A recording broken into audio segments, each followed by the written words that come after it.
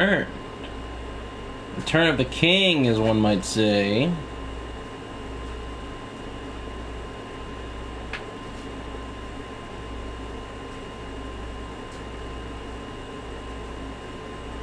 Give me 1 second. Boo boom, boo boom.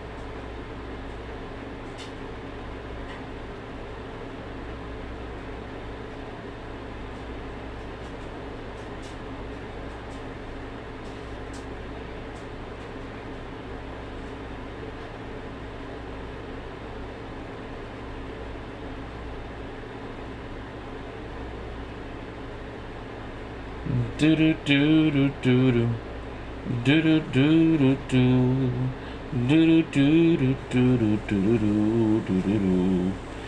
I don't wanna wait for my life to be over.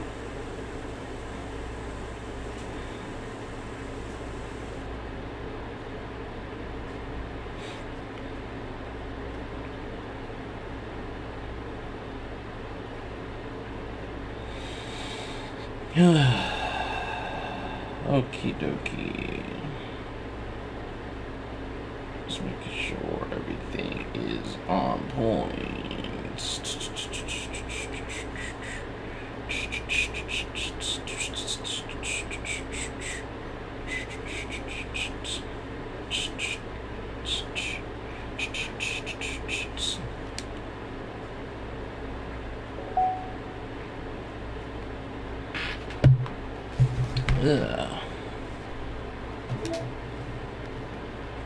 One.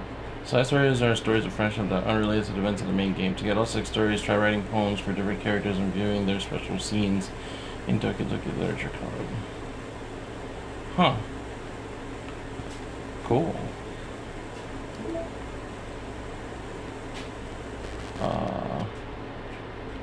The Metaverse.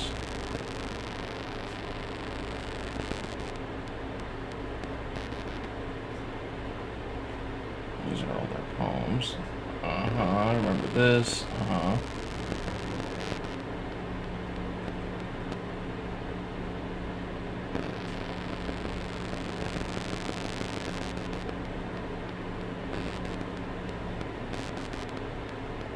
Oh, that's nice. Cool.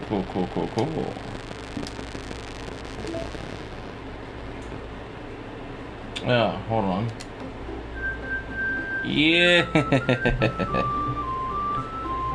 Hey. Okay. Alright, let's get to it though. Let me.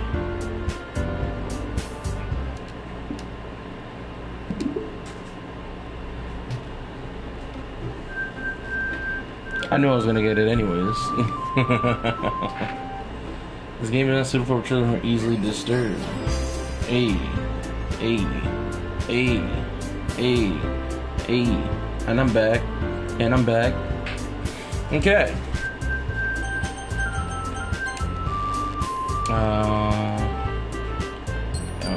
I was about 4:21 playing this fucking game. And it is currently sitting at, what time is it right now? It is currently 1:19. Let's do this.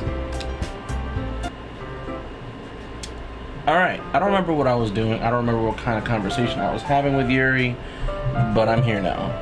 And this is just something I gotta live with. I was wondering if I could bring up the volume, but it's already up as it can be, which is fine. I also remembered I was using this one. That's probably a whole lot better. Enable content warnings? No, fuck it. I don't know exactly what I would be getting a content warning of. Oh! Oh, wait. Hold on. Does this go all the way? No, it just goes back to the scene that I started, right? Okay. I'm good. I guess I'm just starting where exactly I was.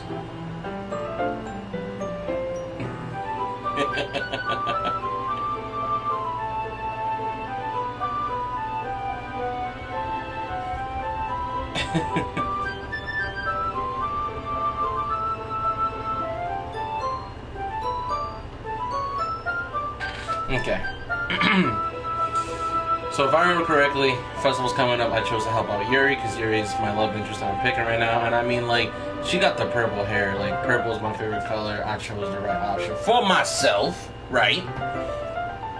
I'm gonna see where this goes. Let me just take a little sip of my peach iced tea, baby! Alright. I gotta get to my reading voice. Here. I pat down Yuri's face and neck with a towel. I don't remember what got to this point. I think it's because it was hot, right? I don't remember exactly, but... Is something wrong? It's hot. I just didn't expect it. Sorry. I didn't want to use cold water. Oh, okay, there's a towel that's hot. Having finished, I start to retract my hand. Yuri suddenly holds my wrist. Wait! Just for a little longer? Feels really nice. I keep my hand still against Yuri's neck. She looks into my eyes. It's an intense expression that I recognize from when she reads her books. Almost as if she's lost in the daze, enveloped by her own thoughts. She breathes gently, half through slightly parted lips. What has happened?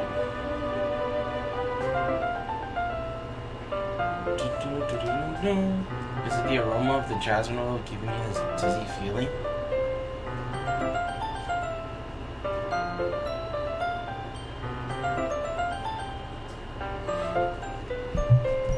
Yuri's gentle fingers wrapped around my wrist send a tingling sensation through my arm, and suddenly her face seems to be much closer to mine than it was just a moment ago.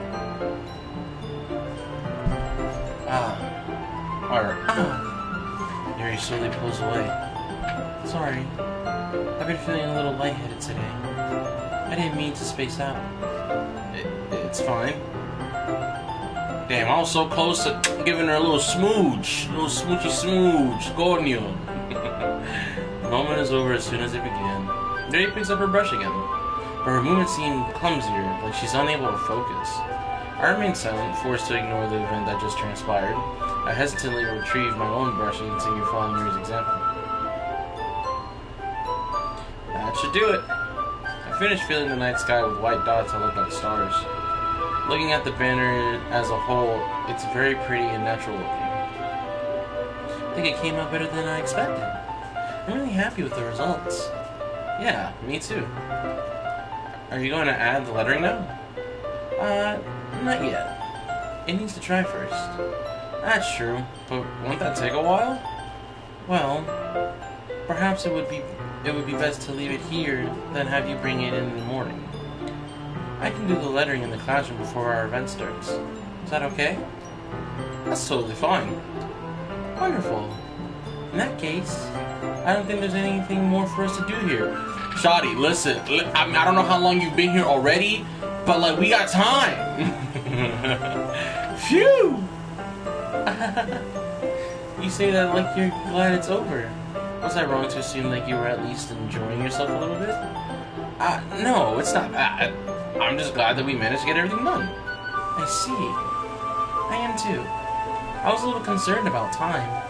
I need to start making dinner soon. So you don't have any time left. I was secretly hoping we would have extra time after finishing the work. I'm saying, bro. I'm saying, look, bro, make some moves. Make some crazy fucking moves, bro. You know what I'm saying? Do what you gotta do. Well, Yuri thinks to herself.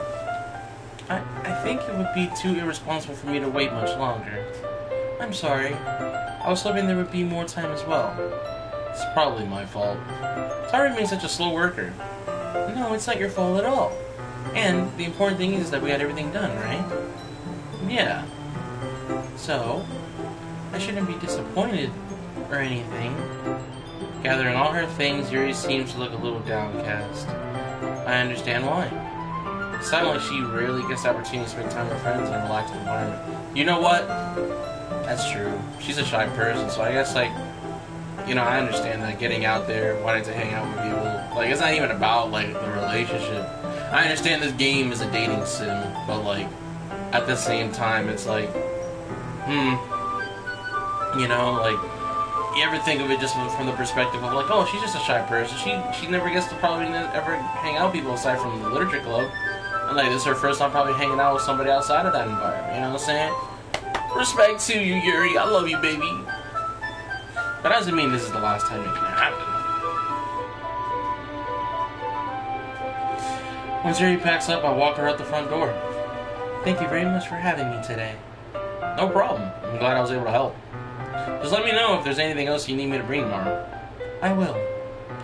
Well then, Yuri fidgets. I guess I'll see you tomorrow. Wait. I kind of say that without thinking. About today. It's fine that we didn't have as much time as we wanted, because we can do this again, whenever you want. You can come over, or we can go out somewhere. Ah, I forgot you don't like going out much. As I stumble over my words, Yuri simply smiles bashfully. Anyway, you know what I'm trying to say, so you're very thoughtful, Yidnar. Part of me makes me wish I used my actual name, but at the same time, I'm completely okay with the fact that I used my fucking name backwards. It's still equally as entertaining to me. Yuri takes a step closer to me, then briefly squeezes my hand. I kind of like that about you. Hey, yo, real quick, COVID, 6 feet, please, Yuri, please. I'm just kidding.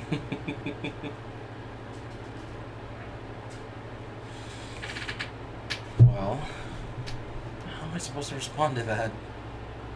I don't even get a chance to, as Yuri suddenly pulls back. Sayori! Hi, Yidnar. Sayori! Just now, we weren't... It's okay, Yidnar. I just stopped by to say hi. Well, it's nice to see you. I'm sorry, but I'm already on my way to leave. Aw, really? That's too bad. I'm sorry. But we'll all be together at the festival tomorrow, so that's fine, right? Of course! Sayori beams. Yeah, so I'll see you tomorrow. Clearly embarrassed, Yuri hurries off. Sayori waves goodbye after her. Sayori, I thought you didn't want to come over today.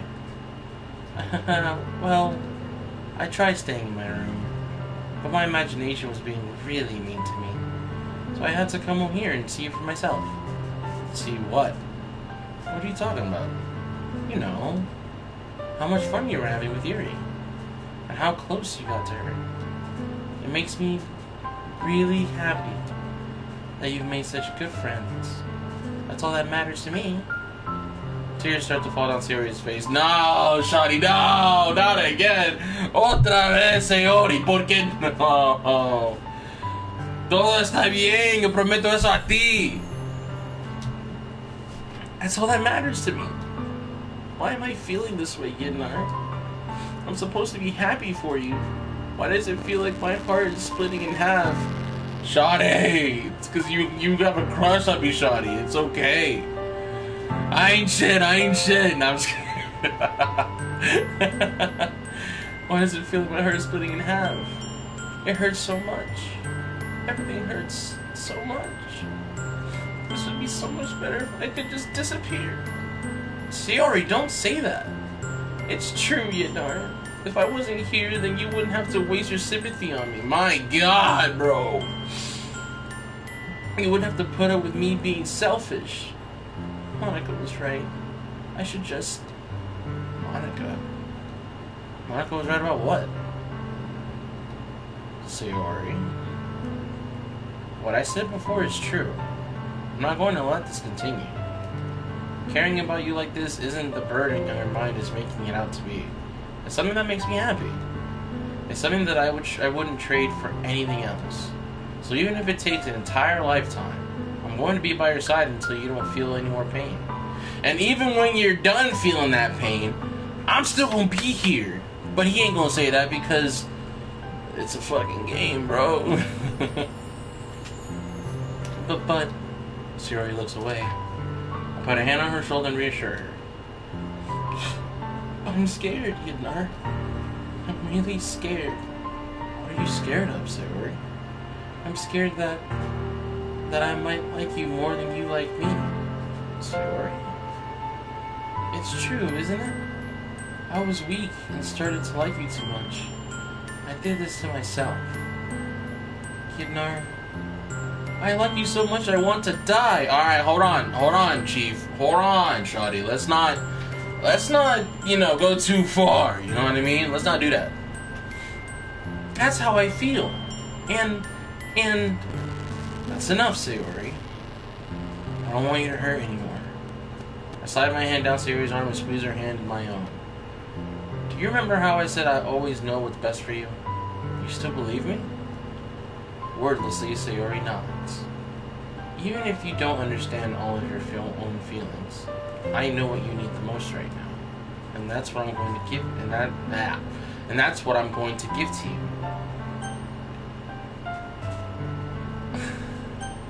No!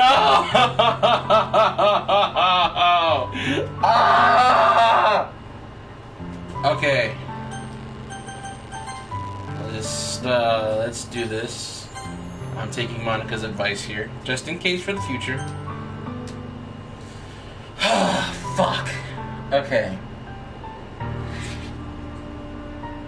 I gotta flip a coin. I have to. Okay, hold on. I'm gonna let this bitch spin. I had 3 quarters in front of me, that's funny. Alright. I'm gonna let this bitch spin, and I'm gonna choose. Alright, heads, I'm going with I love you, and tails will be you'll always be my dearest friend. Cause like, this shit's ridiculous. Like, I should just hit it with you'll always be my dearest friend, but like, I have a feeling something's gonna go wrong. Like, I feel like something's gonna go wrong either way, because like if I say I love you, then she's gonna be like, what? What do you mean? And then she's gonna be like, no, you're just saying that, and blah blah blah. And then if not that, if I go, you'll always be my dearest friend, then that's gonna hurt her, because like, what if she doesn't just think of me as a friend? Like, she just says that she's afraid that she's gonna like me more than I like her. So like, this is a conundrum, you know what I'm saying? I'm doing best 2 out of 3, by the way. So let's see. Alright, first one is tails, alright? And then spin it again. Hold on. It looks like it's tails again. Alright. You'll always be my dearest friend. I have it saved here, so that way if I ever want to come back to this, I can just say I love you. But I'm saying you'll always be my dearest friend just for the sake of making it make sense, you know what I mean? You'll always be my dearest friend. What you need most is for things to be like they always have been. Or always have been? Have always been. Monica told me the truth. She told me how much happier you seemed after I joined the club. I know you're struggling with some really difficult feelings right now, but please trust me that I know what's best and what will make you happy in the end. I promise I'll help get things back the way they were. I see. Sayori forced a smile through an incredibly pained expression. Is this what it feels like to get stabbed in the chest? I should write a poem about this. Sayori? It's okay. This is just my punishment, remember? Being so selfish. So please don't worry about these stupid feelings. I know you're right. I knew this whole time that there's no happiness down that path. That's why I came here. Just so I could get the answer I needed to hear. And the other thing, you're also right that I just wanted to go back to the way it was. I realize that now. You really do know me better than anyone, Yidnar. I'll trust you with anything. anything at all. So, Sayori's smile finally breaks. All of a sudden, she turns around and drops to her knees. Ah! Clutching her head with both hands, she screams as loudly as she can. I'm so shocked that I don't know how to react. Sayori looks over her shoulder and flashes me one more weak smile before turning around and running off. Sayori! I'm left helplessly standing in front of my own house. Why am I feeling so horrible about this? There's nothing more that I could have done. The most I can do is support Sayori through her feelings and help her on the path that's right. But I'm having as much trouble understanding Sayori's feelings as she is. Even though I can comfort her, I keep wondering if I should be doing something more or something different. I know these thoughts will continue to plague me until things are back the way they were. I'm going to give it everything I got. Sayori will always be my dearest friend. I'll do whatever it takes to put a smile on her face every day.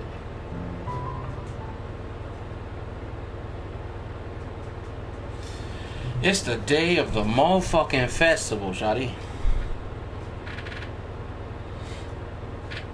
Of all days, I expected this to be the one where I'd be walking to school with Sayori. Sayori is answering her phone. I considered going to her house to wake her up, but decided that's a little too much. Meanwhile, the preparations for the event should be nearly complete. The banner Yuri and I painted is dry. I gently rolled it up to take with me. She sent me a pleasant text reminding me not to forget anything, and I reassured her. Funnily enough, I probably feel the same way as Natsuki about the event. I'm more excited for it to be over so I can spend time with Sayori and Yuri at the festival. But knowing Monica, I'm sure the event will be great too. Yednar! You're the first one here. Thanks for being early. That's funny. I thought at least Yuri would be here by now. Monica is placing little booklets on each of the desks in the classroom. They must be the ones she prepared that have all the poems we're performing.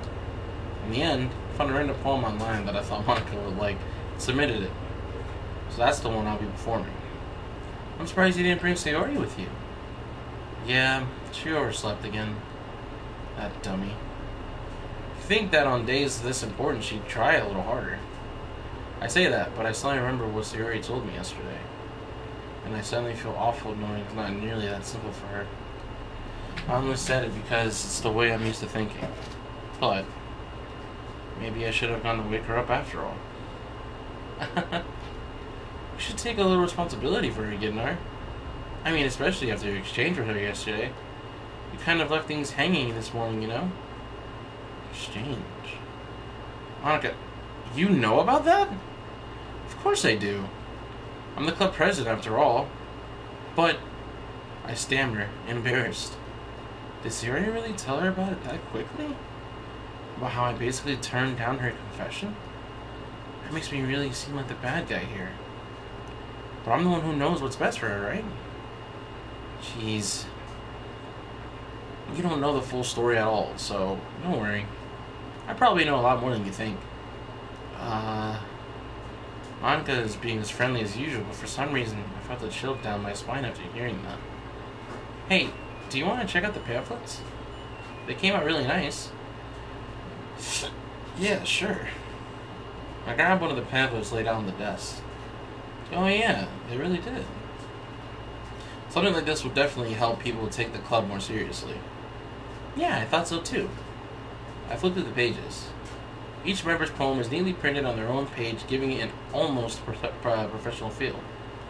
I recognized Natsuki's and Yuri's poems from the ones they performed during our practice. What's this? I flipped to Sayori's poem. It's different from the one she practiced. It's one I haven't read before. Get out of my head, get out of my head, get out of my head, get out of my head, get out of my head, get out of my head, get out of my head, get out of my head, get out of my head, get out of my head, get out of my head, get out of my head, get out of my head, get out of my head, get out of my head. Get out of my head before I do what I know is best for you. Get out of my head before I listen to everything you said to me. Get out of my head before I show you how much I love you. Get out of my head before I finish writing this poem. Or a poem is never actually finished. It just stops moving. What is this? Reading the poem, I get a pit in my stomach. Yanar? What's wrong? Nothing. This poem feels completely different from everything else Sayori's written. But more than that, I changed my mind. I'm gonna go get Sayori, so... Well, alright. Try not to take too long, okay? I quickly leave the classroom. Don't strain yourself. Monica calls out after me. I quicken my pace. What was I thinking? I should have tried a little bit harder for Sayori. It's not a big deal to at least wait for her here, or to at least wait for her, or help her wake up. Even the simple gesture of walking her to school makes her really happy.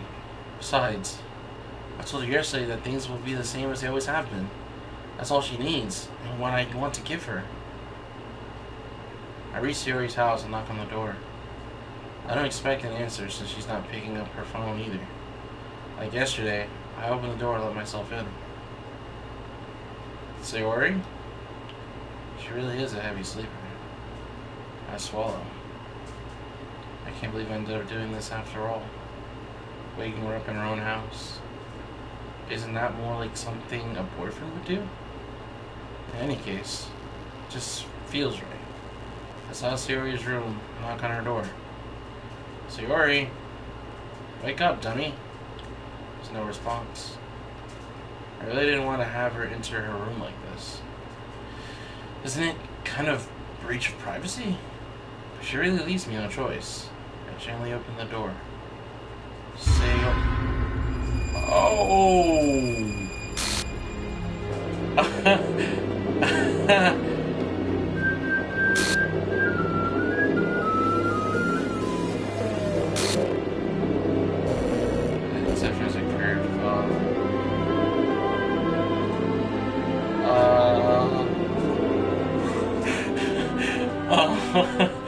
Okay then!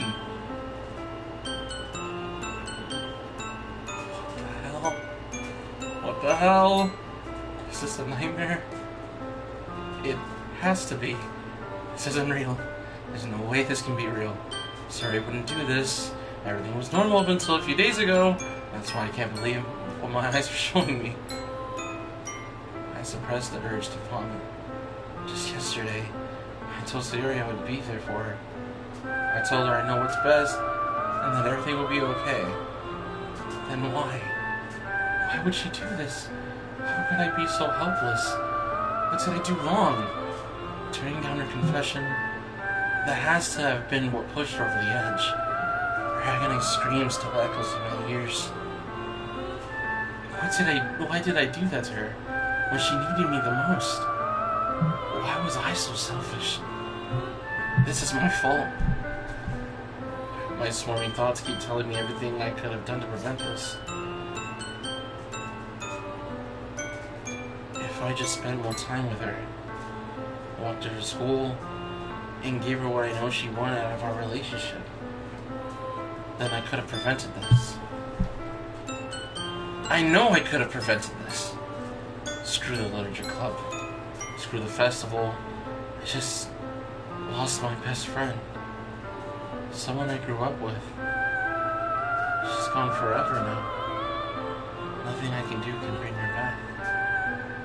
This isn't some game where I can reset and try something different. I only had one chance and I wasn't careful enough. And now I'll carry this guilt with me until I die. Nothing in my life is worth more than hers. But I still couldn't do what she needed from me. And now, I can never take it back. Never. Never. Never. Never. Never.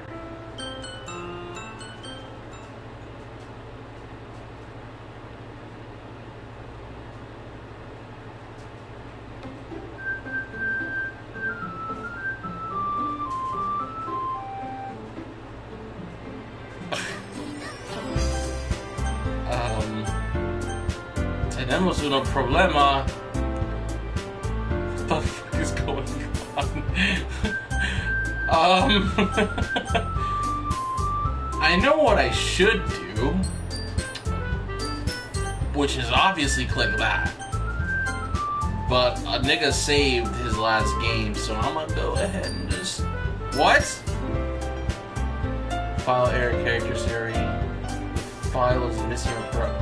The save file is corrupt, starting a new game. Wait, what?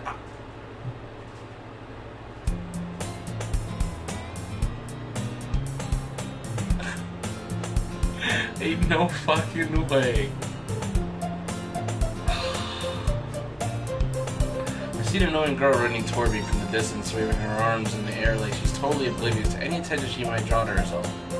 That girl is my neighbor and good friend since we were children. You know, the kind of friend you never see yourself making today, but it just kind of works out because you've known each other for so long. We used to walk to school together on days like this, but starting around high school, she would oversleep more, and more frequently I would get tired of waiting up. But if she's going to chase me after me like this, I almost feel better off running away. However, I just saw an idol in front of the crosswalk and let it catch up to me.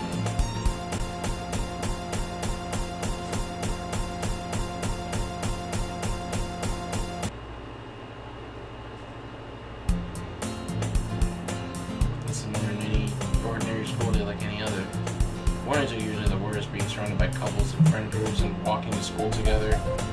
Meanwhile, I've always walked to school alone.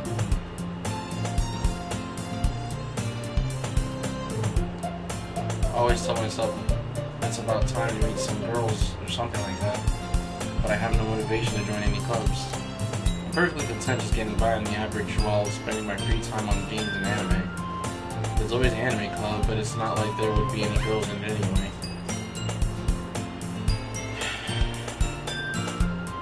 School day is as ordinary as ever, and it's over before I know it.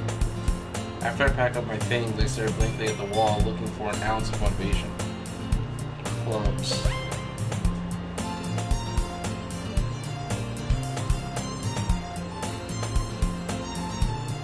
There really aren't any that interest me.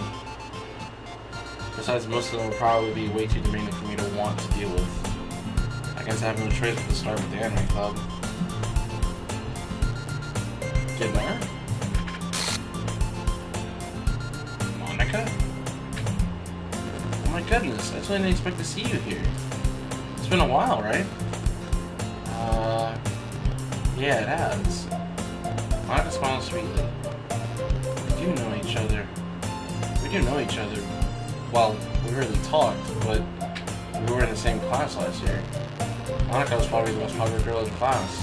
Smart, beautiful, athletic. Basically completely out of my league. So having her smile at me so genuinely feels a little... What did you come in here for anyway? Oh, I've just been looking for some supplies to use for my club. Do you know if there's any construction paper in here? Or markers? I guess you could check the closet. You're in the debate club, right? How about that? I actually quit the debate club. Really? You quit? Yeah. To be honest, I can't stand all the politics around the major clubs. It feels like nothing but arguing about the budget and publicity and how to prepare for events. I'd much rather take something I personally enjoy and make something special out of it. In that case, what club did you decide to join? Actually, I'm starting a new one. A literature club. Literature? It sounds kind of dull. How many members do you have so far? It's kind of embarrassing, but there's only 3 of us so far. It's really hard to find new members for something that sounds so boring. Oh, I can see that. But it's really not boring at all, you know. Literature can be anything: reading, writing, poetry.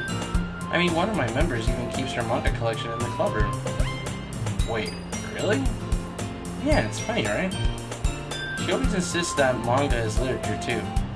I mean, she's not wrong, I guess. Besides, a member's a member, right? Did Monica say she? Hey, Ginnar. Any chance, are you still looking for a club to join? I mean, I guess so, but in that case, is there any chance you could do me a big favor? I won't ask you to join, but if you could at least, if you could at the very least visit my club, it would make me really happy. Please. I guess I have no reason to refuse. Besides, how could I ever refuse someone like Monica? Sure, I guess I could check it out. Ah, awesome. You're really sweet, you know that? It's nothing, really. How we go, then? I'll look for the materials another time. You're more important. I'm more important? Right. And thus, today marks the day I sold my soul to Monica and her irresistible smile. I dejectedly followed Monica across the school and upstairs, a section of the school I rarely visit. Monica, full of energy, swings open the classroom door.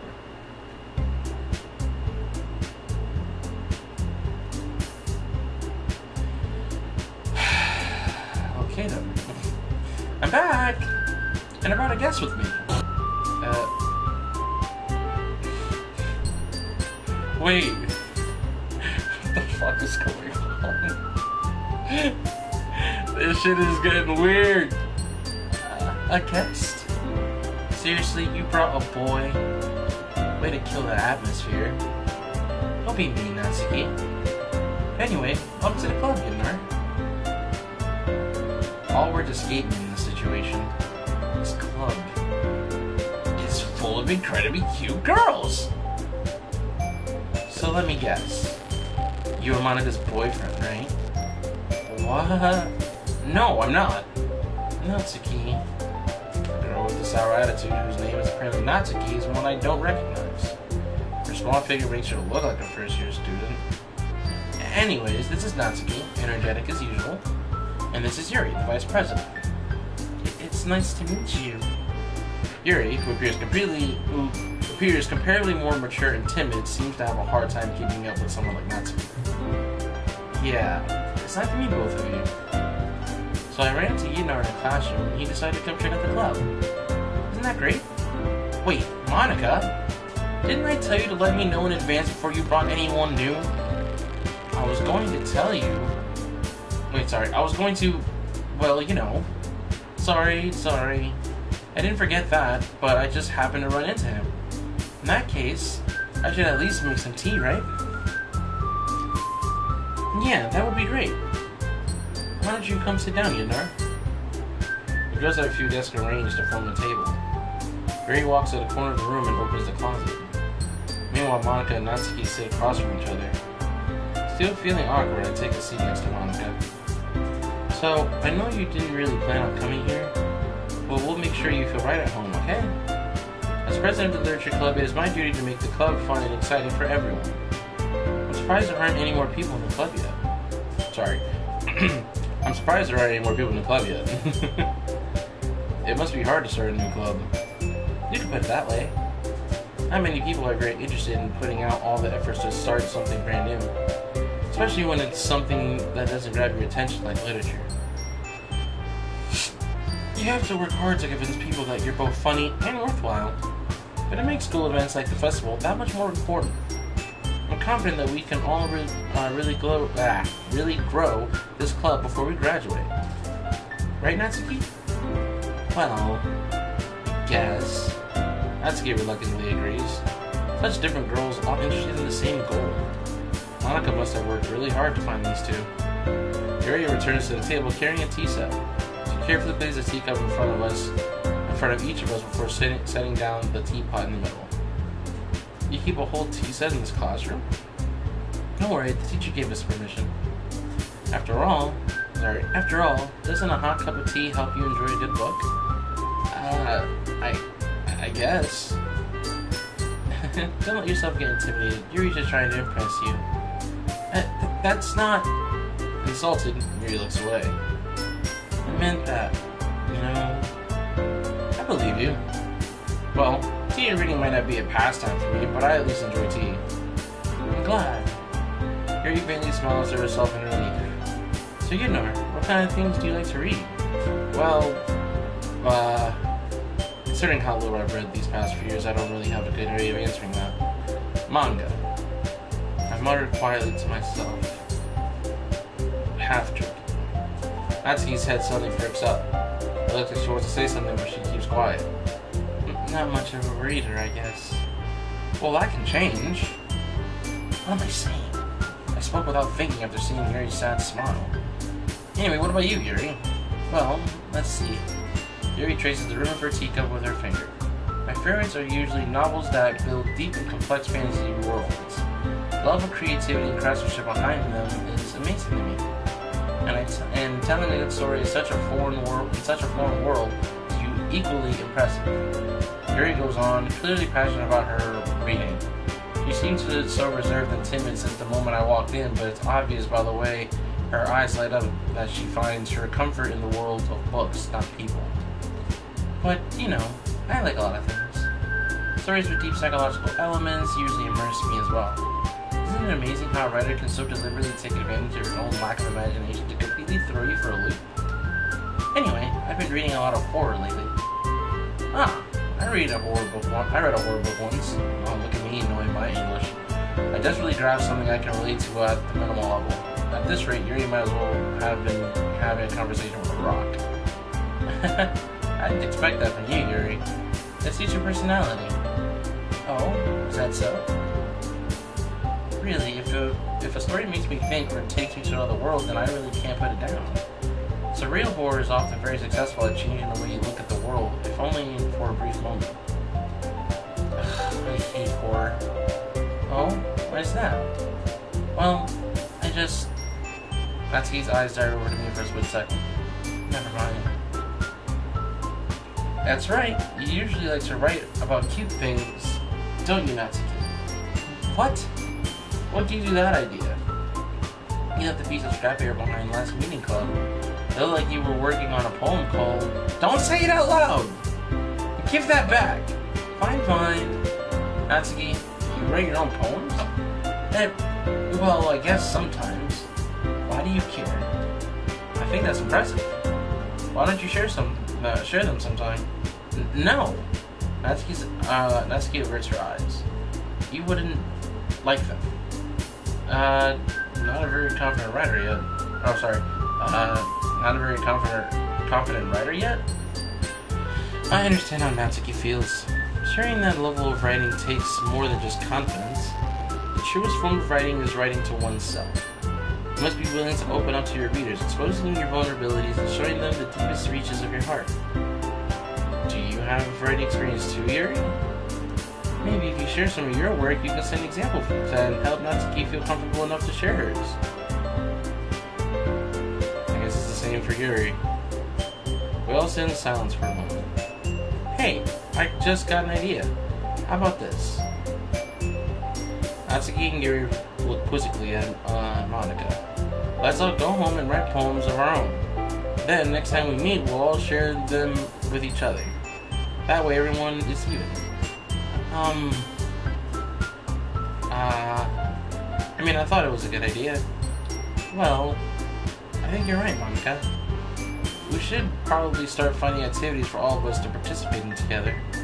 I did decide to take on the responsibility of vice president after all. I need to do my best to nurture the club as well as its members. Besides, now that we have a new member, it seems like a good step for us to take. Do you agree as well, Yudna? Hold on. There's still one problem. What's that? Now that we've reached the most important topic, I've only come forth with what's been on my mind this entire time. I never said I would join this club. Monica may have convinced me to stop by, but I never made any decision. I still have other clubs to look at, and, that was my train of thought. All three girls stared back at me with dejected eyes. But, I'm sorry, I thought... The girls exchange glances before Monica turns back to me. I guess I need to tell you the truth, Yudnar. The thing is, we don't have enough members yet to form an official club. We need 4. And I've been trying really hard to find new members. You had a 4th member! And if we don't find one before the festival, I'm defenseless against these girls. How am I supposed to make a clear-headed decision when it's like this? I feel terrible for letting everyone down in this situation. And besides, the club itself seems pretty relaxed. So if writing poems is the price I need to pay in order to spend every day with these beautiful girls. Right. Okay, I've decided then. I'll join the literature club. One by one, the girl's eyes lit up. Oh my goodness, really? Do you really mean that, Yignar? Yeah. It could be fun, right? You really did scare me for a moment. I mean, if you really just left after all this, I would be super pissed. Yignar, I'm so happy. We can become an official club now. Thank you so much for this. You're really amazing.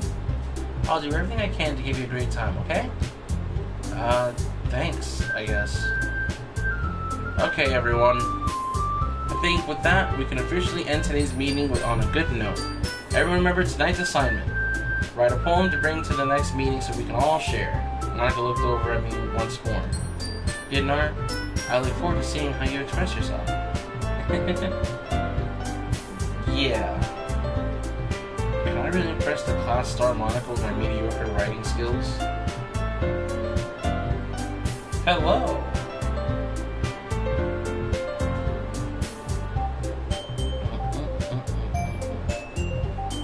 I already feel the anxiety welling up inside me. Meanwhile, the girls continue to chit-chat as Yuri cleans up the tea set. I guess I'll be on my way then. Okay. I'll see you tomorrow then. I can't wait.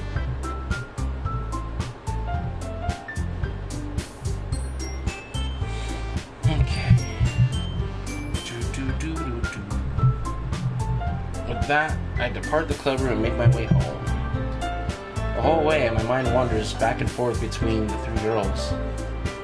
Atsuki, Yuri, and of course, Monica. Will I really be happy spending every day after school in a literature club? Perhaps I'll have the chance to grow closer to one of these girls. Alright. I'll just need to make the most of my circumstances, and I'm sure good fortune will find me. And I guess that starts with writing a poem tonight. Do I really gotta go through this shit again? You have unlocked a special poem. Would you like to read it? Sure. A dream. I was staying over at my friend's place. There were 4 of us. I drifted off to sleep while everyone was talking and watching TV. In my dream, I was still at my friend's house. The only difference was that there were nails sticking out of the walls everywhere. And there was also someone I didn't recognize. The person I didn't recognize told a joke, and everyone laughed. I woke up to the sound of everyone laughing at something that happened on the TV. So laughing was not part of the dream. It was the noise that woke me up. I wonder who that person was, and how they knew to tell a joke at that moment.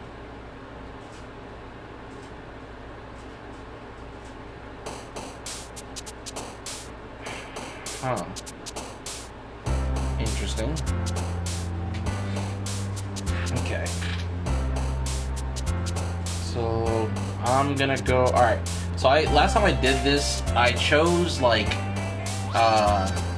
dark words. So I chose like unstable and stuff like that, and tragedy. So I'm gonna go with fantasy, adventure. Oh! Cool, okay. Wait, I might be wrong. I might be just reading into it. Hold on. Passion. And then marshmallow. It looks like that is how I'm doing that.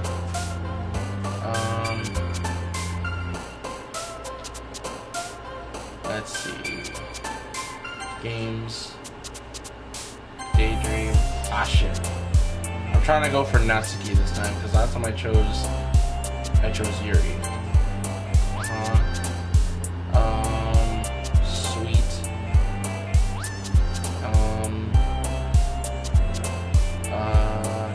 Comfort. Sing. Precious.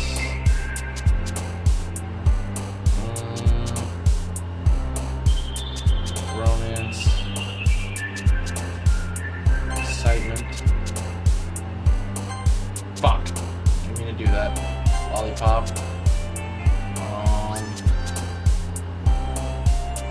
Awesome.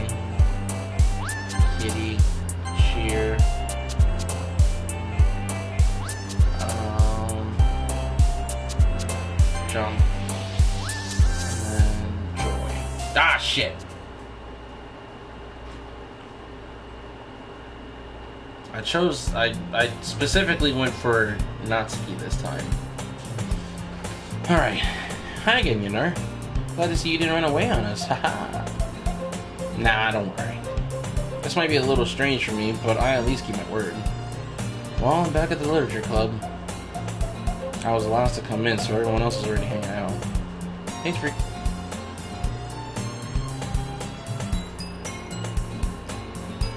give me a second. Hold on. I actually want to... Okay, so I'm not tripping.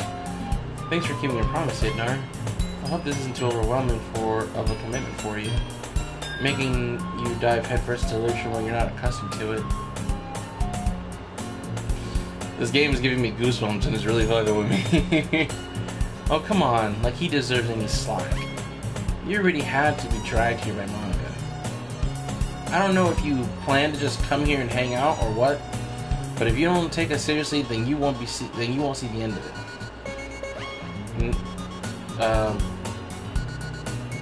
What? Natsuki's... What? Have a big mouth for someone who keeps her manga in the election. Natsuki finds herself stuck between saying Monica and manga. Manga is literature. Swiftly defeated, Natsuki plops back into her seat. I'm sorry, Idnar. We'll make sure to put your comfort first, okay? Yuri shoots Natsuki with a disappointing glance. Anyway, now that you're in the club and all, perhaps you might have interest in picking up a book to read. Well, can't really say no either way. Like you said, I'm in this club now, so it only feels right to me to do something like that if you ask. Wait, I didn't mean it like that. If you don't really want to, then forget I said anything, I guess.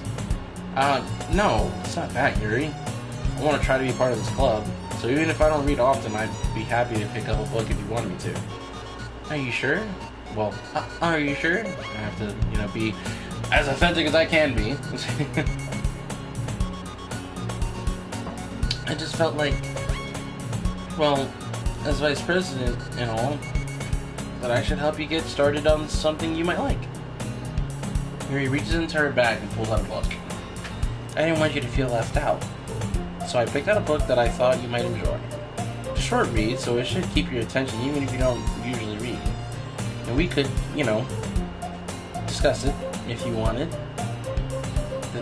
This is... How is this girl accidentally being so cute? She even picked out a book she thinks I'll like despite me not reading much. Yuri, thank you. I'll definitely read this. I enthusiastically take the book. Whew. Well, you can read it at your own pace. I look forward to hearing what you think. Now that everyone's settled in, I expect Monica to kick off some scheduled activities for the club. That doesn't seem to be the case. Yuri's face is already buried in a book. Can't help but notice her intense expression like she was waiting for this chance. Meanwhile, Natsuki's rummaging around in the closet. Ugh. I hear Natsuki utter an exasperated sigh from within the closet. She seems to be annoyed by something. I approach her in case she needs a hand. You looking for something in there? Fucking Monica.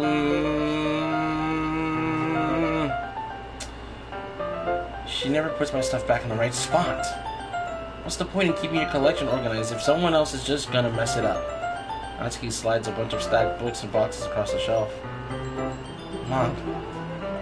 You read manga, right? Sometimes. Manga's one of those things where you can't admit you're really into it until you figure out where the other person stands. How did you know anyway? I heard you bring it up at some point. Besides, it's kind of written on your face. What's that supposed to mean? I see. There's a lone volume of manga amidst a stack of various books on the side of one of the shelves. Curious, I pull it out of the stack. There it is! Natsuki snatches it out of my hand. She then turns to a box of manga and slips the volume right into the middle of the rest. Much better. Seeing a box set with one book missing is probably the most irritating sight in the world. I know that feel. I I get a closer look at the box that she's admiring. Parfait Girls? It's a series I've never heard of in my life. This probably means it's either way out of my demographic or it's simply terrible. If you're gonna judge, you can go through you can go do it through the glass on that door. She points to the classroom door. Hey, I wasn't judging or anything. I didn't even say anything. It was the tone of your voice. But I'll tell you one thing, you know. Consider this a lesson don't judge a book.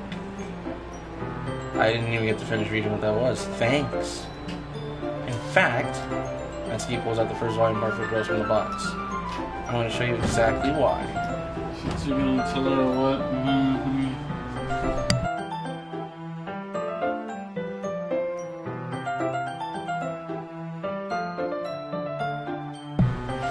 She shoves the book right into my hands. I stare at the cover. It features 4 girls in colorful attire striking animated feminine poses. It's exceedingly no. Don't just stand there. Natsuki grabs my arm and pulls me out of the closet. She then takes a seat against the wall beneath the windowsills. She pats on the ground next to her, signaling me to sit there. Wouldn't chairs be more comfortable? I take my seat. Chairs wouldn't work. We can't read at the same time like that. Why is that? I guess it's easier to be close together like this. Don't just say that. You'll make me feel weird about it. Natsuki crosses her arms and scooches an inch away from me. Sorry. I didn't exactly expect to be sitting this close to her either. Not that I can say it's particularly a bad thing. I open the book. It's only a few seconds before Natsuki once again inches closer, reclaiming the additional space, while she hopes I won't notice. I can feel her peering over my shoulder, much more eager to begin reading than I am. Wow, how long has it been since I read the beginning? You don't go back and flip through the older volumes every now and then? Not really. Maybe sometimes after I've already finished the series. Hey, are you paying attention? I am, but nothing's really happened yet, so I can talk at the same time. It looks like it's about a bunch of friends in high school. Typical slice of life affair. Kind of grew out of these since it's rare for the writing to be entertaining enough to make up for the lack of plot. Are you sure this isn't boring for you? It's not. Even though you're just watching me read. Well, I'm fine with that. Oh, I'm fine with that. Gotta read that correctly. If you say so. I guess it's fun sharing something you like with someone else. I always get excited when I convince any of my friends to pick up a series I enjoy. You know what I mean? You don't? That's not... Well, I wouldn't really know. What do you mean? Don't you share your manga with your friends? Could you not rub it in? Jeez. Sorry. Like I could ever get my friends to read this.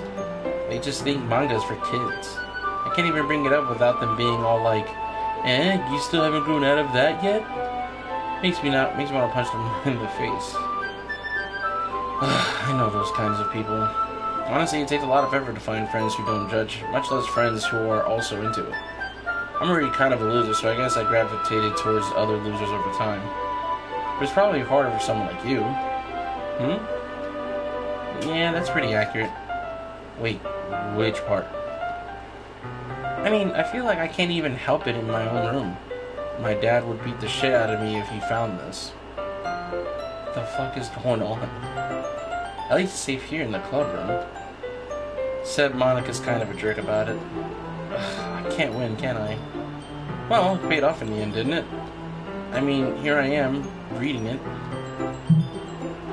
That honestly low-key scared the shit out of me. Well, it's not like that solves any of my problems. Maybe. But at least you're enjoying yourself, right?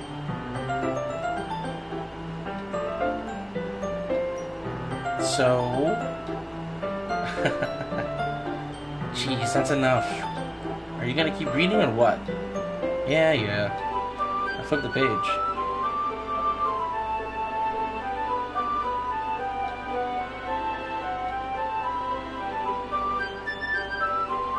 Time passes. Natsuki is strangely quiet now. I glance over at her. It looks like she started to fall asleep. Hey, Natsuki? Yeah? Suddenly Natsuki collapses straight into me. Hey!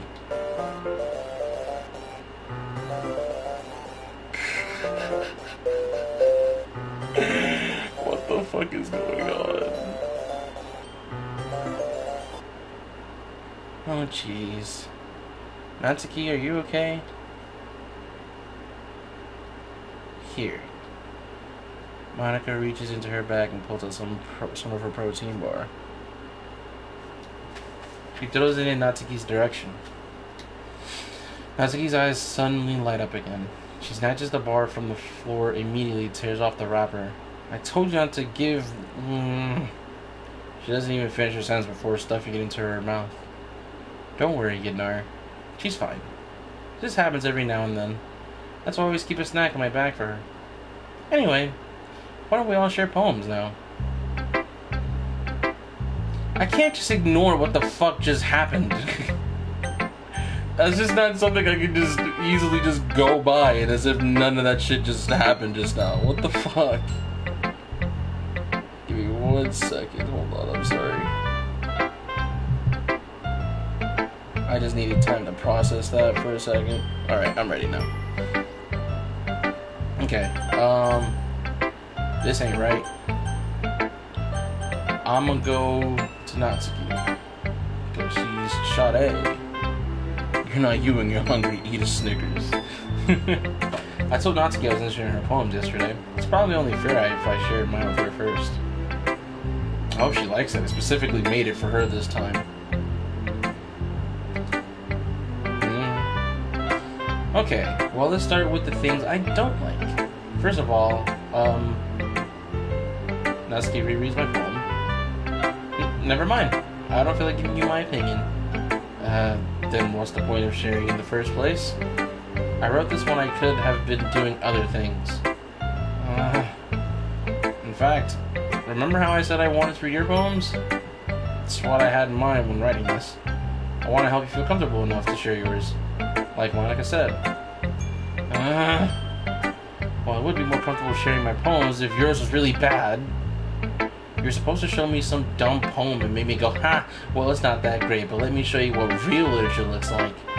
You went and ruined it. I hope you're happy. I mean, low-key, yeah, I am. Not gonna lie. So, in other words, you're saying you liked it. Natsuki's retort gets caught in her throat. You're so... You don't understand anything, do you? I already told you that. You don't have to go around announcing to the world like you're all self-important. Listen, there's a lot of things I don't understand what the fuck's going on right now, and as to why you turned into a whole .exe thing earlier, I don't know what the fuck's going on. My friend here seems to think that it has to be with the fact that you ain't got a Snickers on you. Pretty sure you never actually said that. I said that mostly to myself. Natsuki must really hate me or something. Can't figure out if it's a win or a loss until she liked my poem. In any case, you still need to show me yours, right? Fine, I guess. Only because Monica will make me if I don't. Eagles can fly, monkeys can climb, crickets can leap, horses can race, owls can seek, cheetahs can run, eagles can fly, people can try, but that's about it. I mean, that shit was pretty fucking basic, bro. I ain't gonna lie. Shit was basic. Yeah, I told you that you weren't gonna like it. I like it. What? Just be honest. I am. But why are you so convinced that I wouldn't like it? Well, because everyone in high school thinks that writing has to be all sophisticated and stuff. So people don't even take my writing seriously. But isn't it the point of poems for people to express themselves? Your writing style wouldn't even make your message any less valid. Yes, exactly. I like when it's easy to read, but it hits you hard. Like in this poem. Seeing everyone around you do great things can really be disheartening. So I decided to write about it. Or decided to write about it. Yeah, I understand. But the other nice thing about simple writing is that it puts more weight on the wordplay. Like, I set it up for a rhyme at the end, but then made it fall flat on purpose. Ugh. That helps bring out the feeling in the last line. So you did. I guess more went into that than I realized. That's what it means to be a pro. I apologize if everybody hears snoring in the background. I'm glad you learned something. Didn't expect that from the youngest one here, did you? Yeah, guess not. I tried to humor her with that last comment. I don't really care how old everyone is, but if Natsuki is feeling proud, then I won't take that away from her. Who should I show my poem to next? I'm finna show this shit to Yuri, because I feel like it has to do with the fact that I'm not sharing shit with Monica, that she's getting annoyed. Yuri stares at the poem. A minute passes, more than enough time for her to finish reading. Oh, sorry, I forgot to start speaking. It's fine, don't force yourself. I'm not. I just need to put my thoughts into words. Hold on. Okay, this is your first time writing a poem, right? Yeah? Why do you ask? I'm just making sure. I guess that it might be after reading through it. So it's that bad. No! Did I just raise my voice? I'm sorry. Yuri buries her face into her hands. I couldn't help but notice that it's been several minutes and we really haven't gotten anywhere. It might take Yuri a while to get used to new people. It's fine, I really didn't notice. What were you saying? Right. It's just that there's specific writing habits that are usually typical of new writers, and having been put through that myself, I've kind of learned to pick up on them. And I think the most noticeable thing I recognize in new writers is that they try to make their style very deliberate. In other words, they tend to pick up a writing style separate from the topic matter, and they form fit the two together. The end result is that both the style and the expressiveness are weakened. Once Yuri finds her train of thought, it's as if her demeanor totally changes. Her stammering's completely gone, and she sounds like an expert. Of course, that's not something you can be blamed for. There are so many different skills and techniques that go into writing even a simple poem. Not just finding them and building them, but getting them to work together is probably the most challenging part. It might take you some time, but all comes with practice and learning by sample and trying to get new things. I don't think that'll show up. Yeah, nice try. Haha. I also hope that everyone in the club gives you valuable feedback. Natsuki can be a little bit biased though. Biased? How?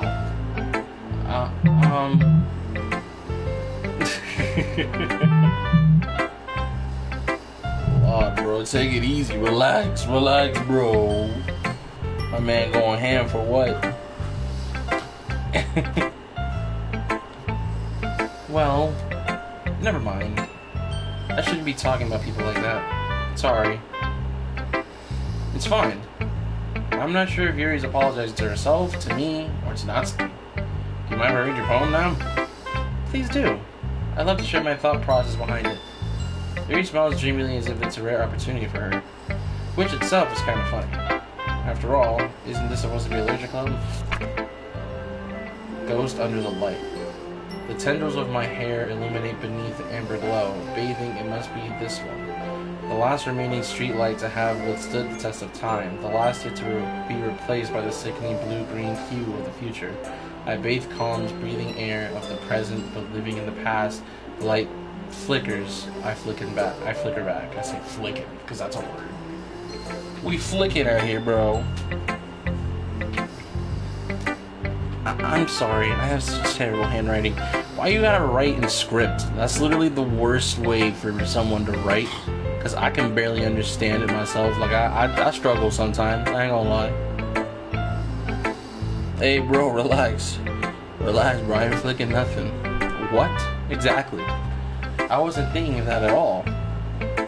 But it took you a long time to reach Shoddy. I actually went through it pretty easily, but, well, I just don't read script very often. Oh shit, look at that. I actually think your handwriting is pretty. It is pretty. It's just difficult for me to read sometimes. That's a relief. Also, I like the poem, even though it's short. It was really descriptive. It wasn't too short. I usually write longer poems. Not at all. I'm really glad you liked it. I'll be honest, since it's our first time sharing, I wanted to write something a little more mild. Something easy to digest, I suppose. Are you into ghosts, Yuri? Actually, the story isn't about a ghost at all, you nerd. Really? I must have totally missed the point. Well, I suppose you did only glance over it after all. But remember that poets often express their own thoughts, feelings, and experiences in their work.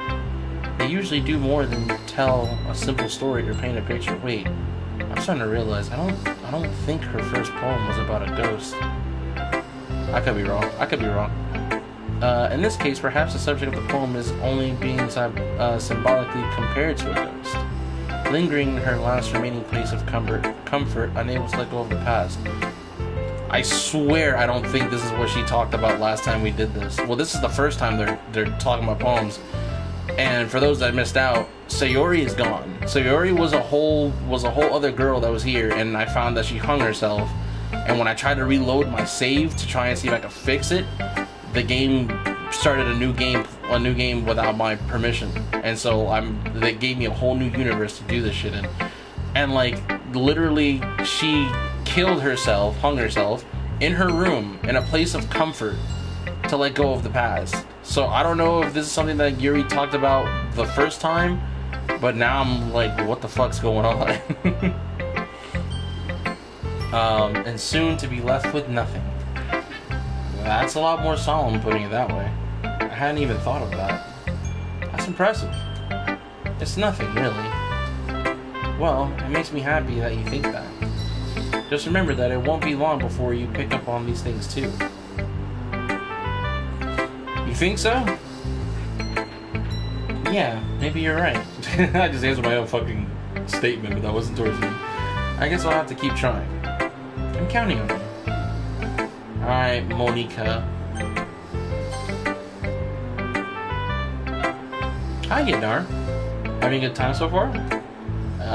Yeah. Good. Glad to hear it. By the way, since you're new and everything, if you ever have any suggestions for the club, like new activities or things we can do better, I'm always listening. Don't be afraid to bring things up, okay? Alright, I'll keep that in mind. Of course I'll be afraid to bring things up. I'm much better off just going with the flow until I'm more settled in. That's honestly definitely me, not gonna lie. Anyway, want to share your poem with me? It's kind of embarrassing, but I guess I have to. Don't worry, Yidnar. We're all a little embarrassed today, you know? It's that sort of barrier that we all learn to get past soon. Yeah, that's true. I hand Monica my poem. It'll still interrupt your reading. Shut the fuck up.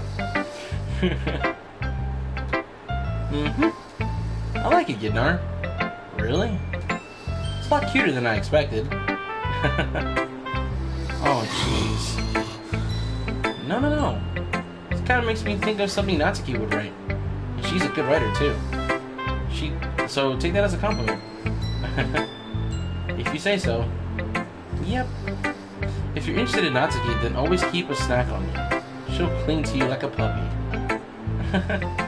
Natsuki's dad doesn't give her lunch money or leave her any food in the house, so she's in a fussy mood pretty often. Are you telling me Natsuki's dad starves her? Is that what you just told me? But sometimes she loses all of her strength and shuts down. You're telling me she's fucking starving? Like earlier. This is just a guess, but I think she's so small because of her malnutrition is interfering with her adolescent growth. But hey, some guys are into petite girls too, you know?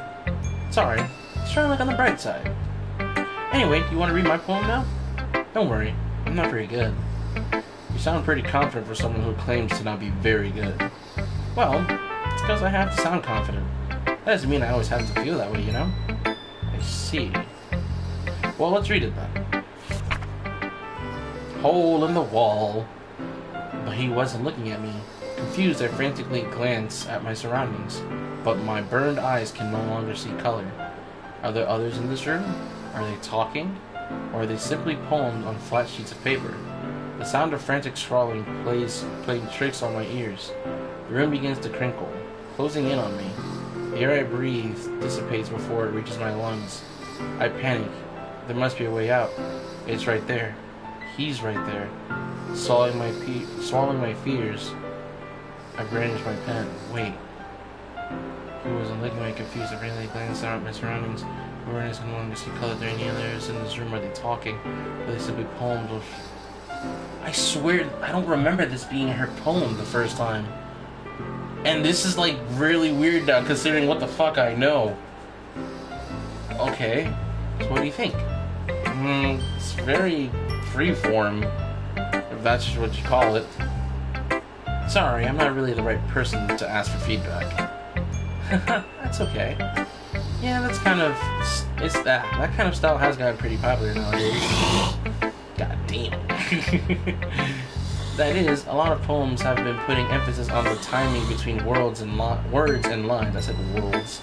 Words and lines. When performed out loud, it can be really powerful. Very, really, same fucking thing. What was the inspiration behind this one? Well, I'm not sure if I know how to put it. I guess you could say I had some kind of epiphany recently. It's been really influencing my poems a bit. Epiphany? Yeah, something like that. I'm kind of nervous to talk about deep stuff like that because it's kind of coming on strongly. Maybe after everyone is better friends with each other. Anyway, here's Monica's writing tip of the day. Sometimes when you're writing a poem or a story, your brain gets too fixated on a specific point. If you try so hard to make it perfect, then you'll never make any progress. Just force yourself to get something down on paper and tidy it up later. Another way to think about it is this. If you keep your pen in the same spot for too long, you'll just get a big dark puddle of ink. So just move your hand and go with the flow. That's my advice for today. Thanks for listening. Whew. I guess that's everyone. I glanced around the room. That was a little more stressful than I anticipated. It's as if everyone is judging me for my mediocre writing abilities.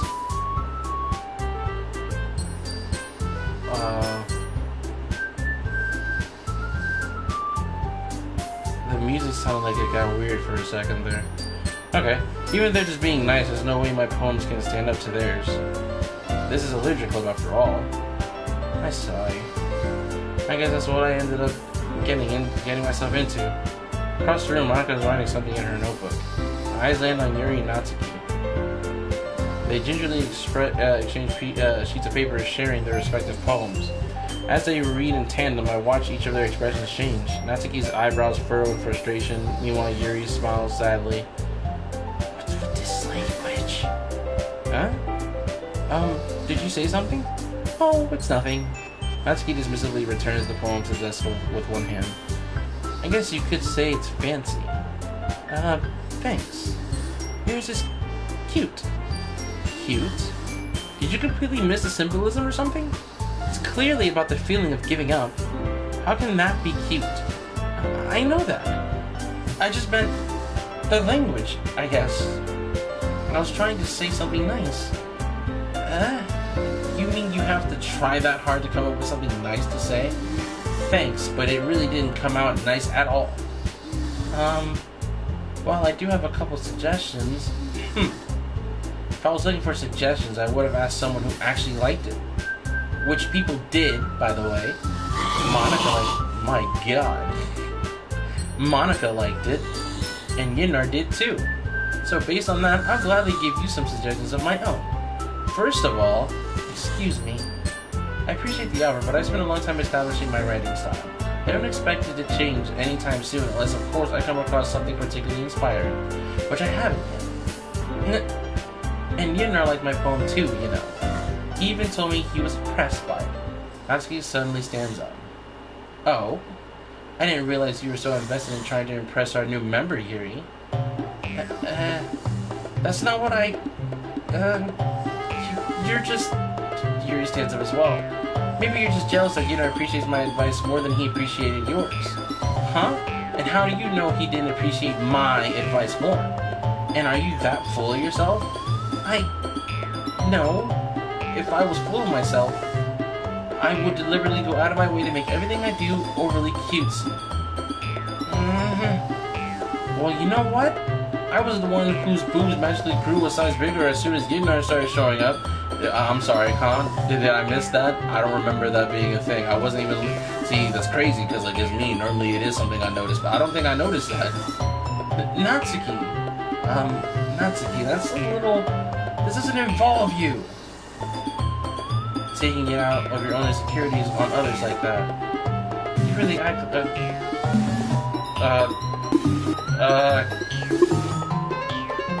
Me? Look who's talking. You want to be edgy, bitch? Edgy? Sorry that my lifestyle is too much for someone with mental age to comprehend. See? Just saying that proves my point.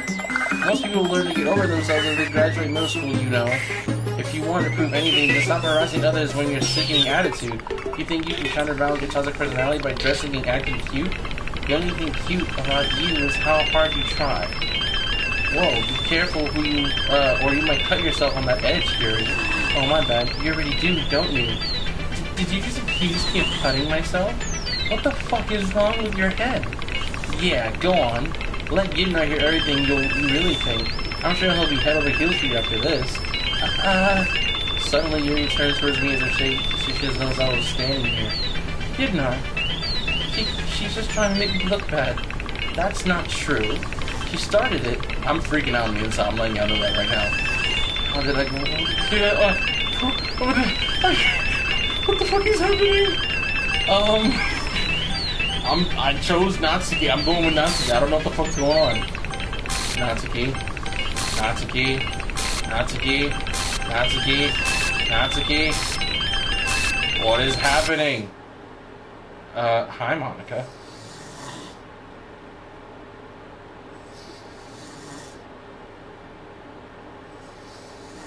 Do I press something?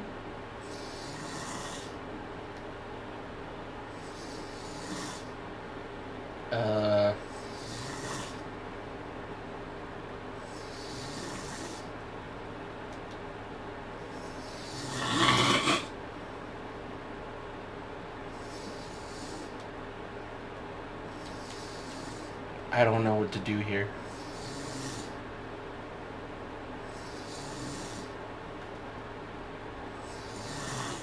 Oh, hello.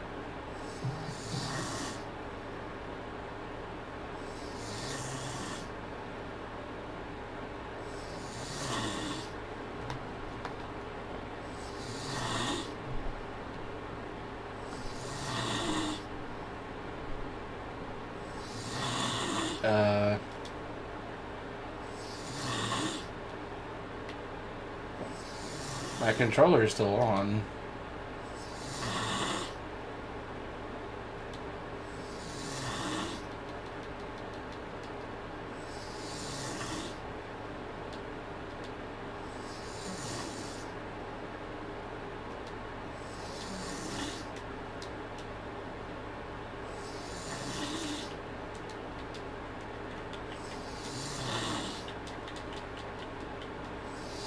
I have no idea. Oh, here we go. Hey, Yidnar. Why don't we step outside for a little bit? Okay? Sorry about that. They really shouldn't have tried to get you involved. It's probably better for us to stay out of this. Well, we'll go back inside once they're done yelling.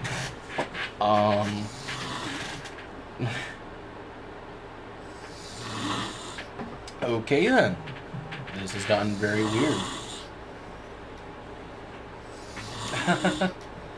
Some president I am, right? I can't even confront my own club members properly. I just wish I was able to be a little more assertive sometimes, but I never have it in me to put my foot down against others. You understand, right? Anyway, if this makes you want to spend less time with the others, that's fine. I'd be happy to spend time with you instead. Suddenly, Natsuki runs out of the classroom. She quickly runs away. Oh dear. Well, it looks like they're done. I didn't mean it. I didn't mean it. I didn't mean it. Yuri is rocking back and forth in her desk with her palms on her whole forehead. Yuri? I didn't mean it.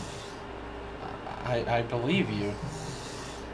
I have no idea what Yuri might have said to Natsuki. Or did. Kidnar, please don't hate me. Please. You're not like this. There's something wrong with me today. It's fine, Yuri. We know you didn't mean it. And besides, I'm sure Natsuki will forget about it by tomorrow. Completely. Anyway, the meeting is over, so you can go home now if you want. Yuri looks at me like she wants to say something, but she keeps glancing at Monica. You can go first, Monica. I'd like to stay a little bit longer. I'm the president, so I should be the last one out. I'll wait for you to be done. Well, I'm vice president, so please let me take that responsibility today. It kind of sounds like you don't want me around for something, Yuri. It's not that. I didn't get much of a chance to discuss my book with Yidnar. It would just be embarrassing with you listening. I guess I don't really have a choice, do I? I'm sorry for causing trouble, but I really appreciate...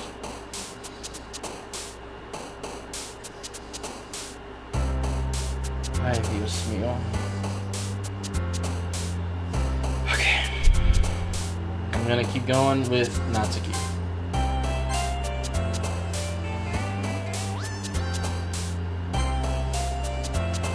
She's the one I want to focus on, so let's see.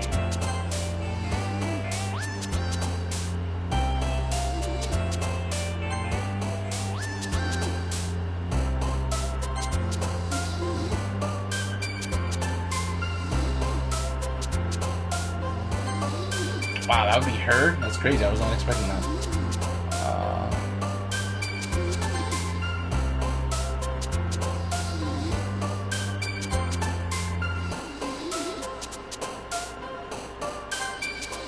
Damn. Trying not to...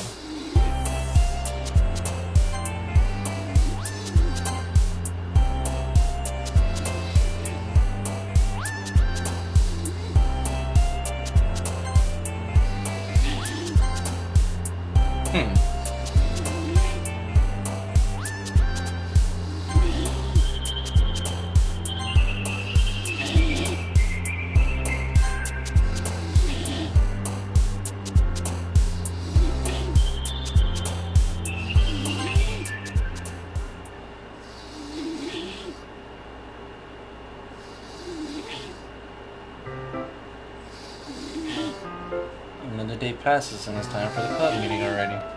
I've gotten a little more comfortable here over the past couple of days. Entering the club room, the usual scene greets me.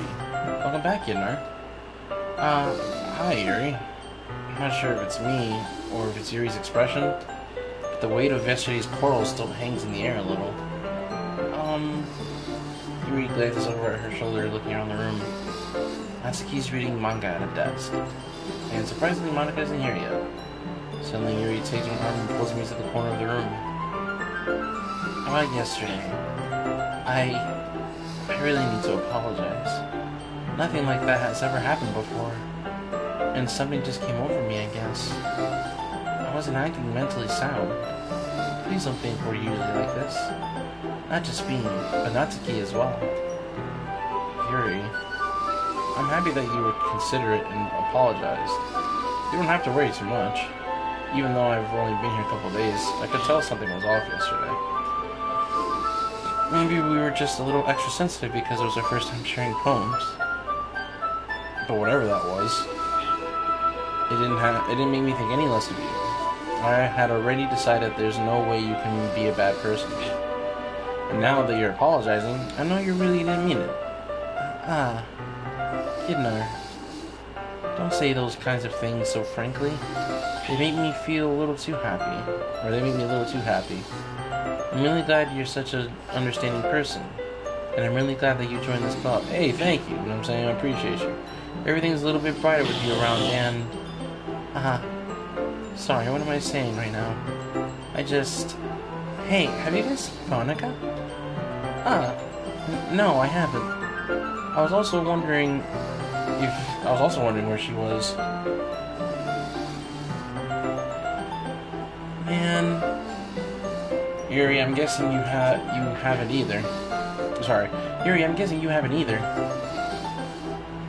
Yuri is clearly taken aback by how calmly Natsuki is addressing her. No, I haven't. Jeez, this isn't like her at all. I know it's stupid, but I can't help but worry a little bit. What? Why are you looking at me like that?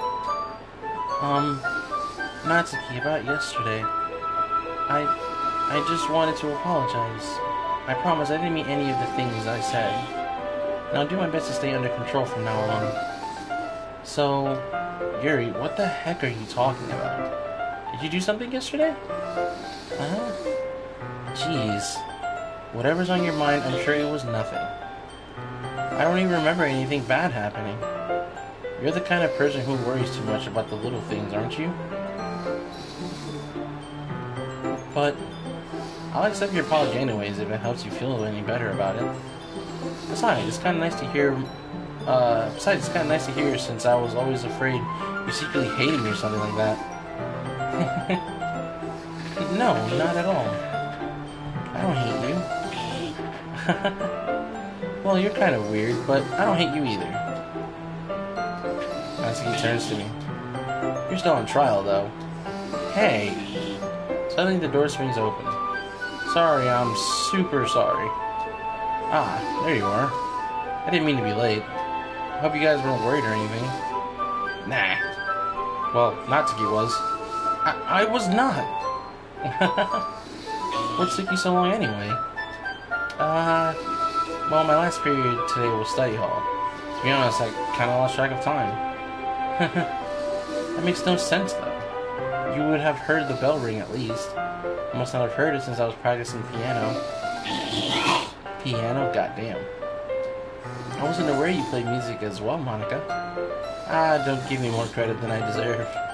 I guess I've been practicing for a while, but I'm still not really good yet. Still, that must require a lot of dedication. So I'm still impressed. Oh, well, thanks, Yuri.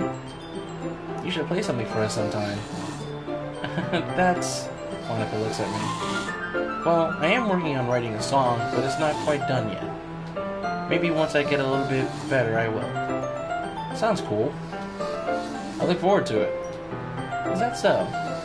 In that case, I won't let you down, Yidnar. Monica smiles sweetly. I didn't mean any pressure or anything like that. Don't worry. I was hoping that I could still share it with you anyway. I guess that's why I've been practicing so much recently. I see. I'm not sure if Monica was referring to the whole club or just me. In that case, best of luck. Thanks. So I didn't miss anything, did I? Not really. I shouldn't have to bring up anything that the three of us talked about. Besides, Natsuki has already run off into the closet. Yidnar, since your compliments put me in a good mood, I was wondering if you'd like to spend some time together today. I mean in the club. I suppose so. I don't think I could say no to you after you gave that book to me. Well, I guess I need to make sure Natsuki isn't waiting for me. After we finished reading yesterday, she's fine. She's reading over there, see? Don't think about her so much. She's used to being ignored. Come on, we're going over there. I don't like that. Wait, what? What's the story about anyway? Well, look at the cover of the book. The book is titled Portrait of Markov. There's an ominous-looking eye symbol on the front cover. Basically, it's about this religious camp that was turned into a human experiment prison. And the people trapped there have this trait that turns them into killing machines that lust for blood. But the facility gets even worse, and they start selectively breeding people by cutting off their limbs and affixing them to... Oh, that might be a bit of a spoiler. But anyway, I'm really into it. The book, I mean. Not the thing about the lens. That's kind of... It's kind of dark, isn't it? You made it sound like it was going to be a nice story, so a dark turn came from nowhere. Are you not a fan of that sort of thing, Yendar? No, it's not bad. I mean, I can definitely enjoy those kind of stories, so don't worry. I hope so. Yeah, I totally forgot that Yuri's into those things. She's so shy and reclusive on the outside, but her mind seems to be completely different. It's just that this kind of story, it's the kind that challenges you to look at life from a strange new perspective. Goddamn. And horrible things happen not just because someone wants to be evil, but because the world is full of horrible people and we're all worthless anyway.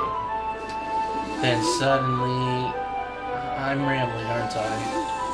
Not again. I'm sorry. Hey, don't apologize. I haven't lost interest or anything.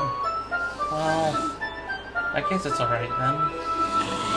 But I feel like I should let you know that I have this problem. When I let things like books and writings fill my thoughts, my whole body gets incredibly... I kind of forget to pay attention to other people. So I'm sorry if I end up saying something strange. And please stop me if I start talking too much. I don't really think you need to worry. That just means you're passionate about reading. The least I can do is listen. It's it's a literature club after all. That's true. In fact, I might as well get started reading it, right? Yes. I mean, you don't have to, but... What are you saying? Let me just get the book. I quickly retrieve the book that I put into my bag. Alright. It's fine if I sit here, right? I slip into the seat next to Yuri's. Yeah. Are you sure? You seem a little apprehensive. I'm sorry. It's not that I don't want you to. It's just that something I'm never used to. Oh, I gotta take a sip. Okay.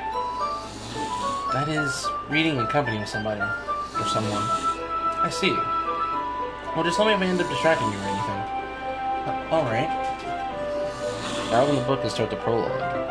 I soon understand what Yuri means about reading it in company. It's as if I can feel her presence over my shoulder as I read. It's not a particularly bad thing. Maybe a little distracting, but the feeling is somewhat comforting. Yuri's in the corner of my eye. I realize that she's not actually looking at her own book. I glance over. It looks like she's reading from my book instead. Sorry. I was just bathing in the feeling... What? Yuri, you really apologize a lot, don't you? I do? I don't really mean to. Sorry. I mean... Here, this should work, right? I slide my desk up until it's up against Yuri's and hold my book more between the two of them. I suppose so. Yuri timidly closes her own copy. Once we each lean in a bit, our shoulders are almost touching. It feels like my left arm is in the way, so instead I use my right hand to hold the book open. I guess that makes it kind of difficult to turn the page. Here. Yuri takes her left arm and holds the left side of the book, and in between her thumb and forefinger. I do the same with my right arm on the right side of the book. That way I turn the page and Yuri slides out her thumb after it flips to her side. But in holding it like this, we're huddled even closer together than before. It's actually kind of distracting me. It's as if I can feel the warmth of Yuri's face and she's in the corner of my vision. Are you ready? Turn the page. Sorry. I think I got a bit distracted for a second. I glance over at Yuri's face again and our eyes meet. I don't know how I'll be able to keep up with her. That's okay. You're not just used to reading, right? I don't mind being patient if it takes you a bit longer. It's probably the least I can do, since you've been so patient with me. Yeah. Thanks. We continue reading. Yuri no longer asks me if I'm ready to turn the page. Instead, I just assumed that she finished the page before me, so I turned it by my own volition. We continued the first chapter in silence. Even so, turning each page almost feels like an intimate exchange. My thumb gently letting go of the page, letting it flutter over to her side as she catches it under her own thumb. Hey, Yuri. This might be a silly thought, but the main character kind of reminds me of you a little bit. No, I don't relate to this character at all. Definitely not. Really? I was just thinking the way she second guesses things she always says and all that. Ah, that's what you were talking about. Sorry. I thought you meant something else about her. Something else? Never mind. We didn't even get that far yet. So I don't know why that came into my head. Yuri, are you feeling alright? Yuri's been a little fidgety over there. Fidgety ever since we started reading. You can rest if you're feeling sick or something. Your breathing is a little... Am I breathing? Yuri puts her hand on her chest as if to feel her heartbeat. I didn't even notice. Anyway, I'm fine. I just need some water. Alright, don't push yourself. Yuri stands up and practically rushes out of the classroom. What on earth was that about? Yednar? Did something happen just now? I have no idea. Yuri was acting a little strange, I guess. So you don't know anything. Sorry, I can't say that I do. Are you worried about her? Oh, no. Not really. I was just making sure that you didn't do anything to her. No, nothing. Don't worry. I believe you, silly. Yuri just does this sometimes, so it's nothing alarming. Alright. If you say so. Anyway, why don't we start sharing our poems with each other? Shouldn't we wait for Yuri? Well, she might be a while, so I figured we just get started without her. Is that okay? Yeah, I was just asking. I stand up. Make a mental note of where I left off on the book and slip it back into my bag. Who should I show my poem to? Oh, my shawty Natsuki first. Well, it's not terrible. But it's pretty disappointing after your last one. And again, if this one was as good as your last one, I'll be completely pissed. Well, I guess I wanted to try something different. Try something a little different this time. Fair enough. You're still new to this, so I wouldn't expect you to find your style right away. I mean, everyone in the club writes really differently from each other. Maybe you'll find a little influence from all of us. For instance, I noticed that you were spending some time with Yuri today. Not that I care who you're spending your time with. After all, I was taught never to expect anything from anyone. So it's not like I was waiting for you or anything. Still, you should at least look over my poem. You'll probably be able to learn something from it.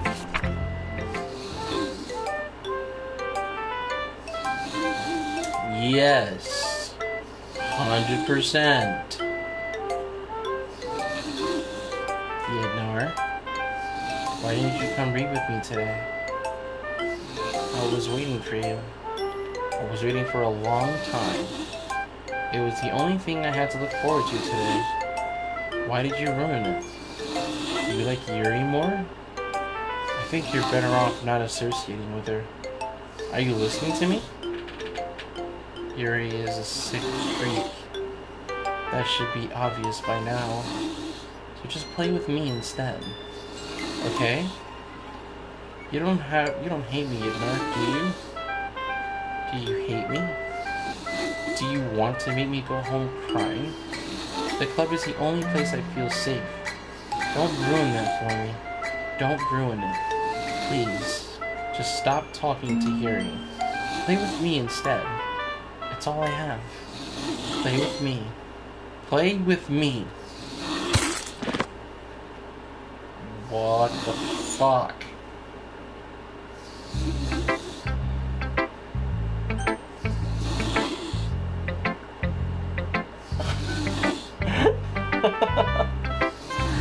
Jesus. Okay then. Yeah, Yednar. How's the writing going?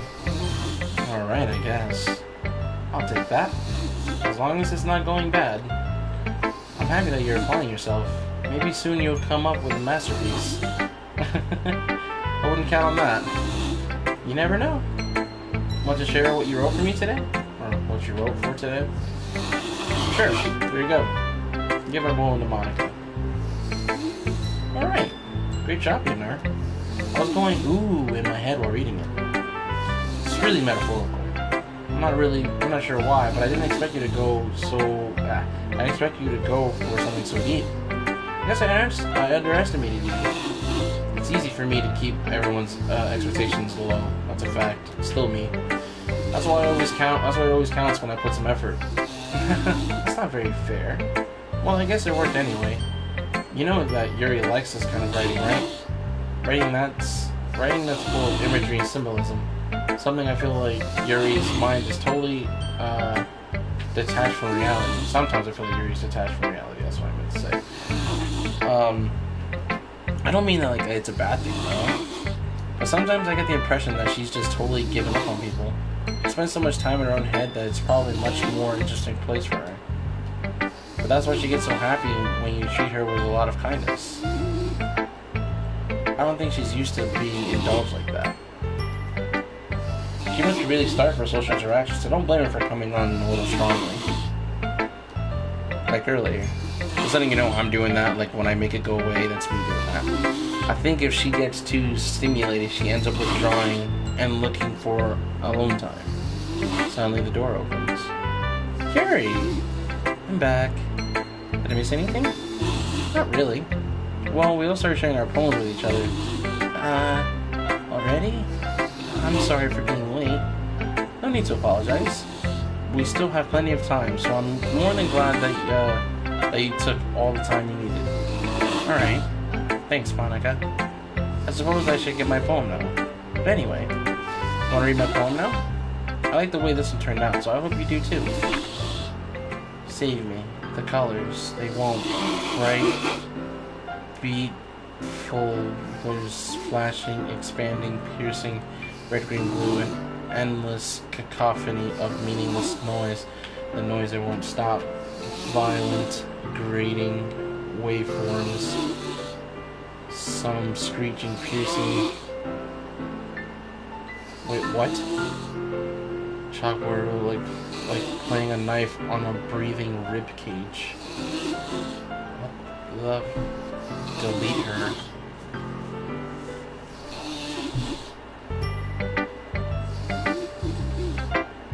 Sorry, I know it's kind of abstract.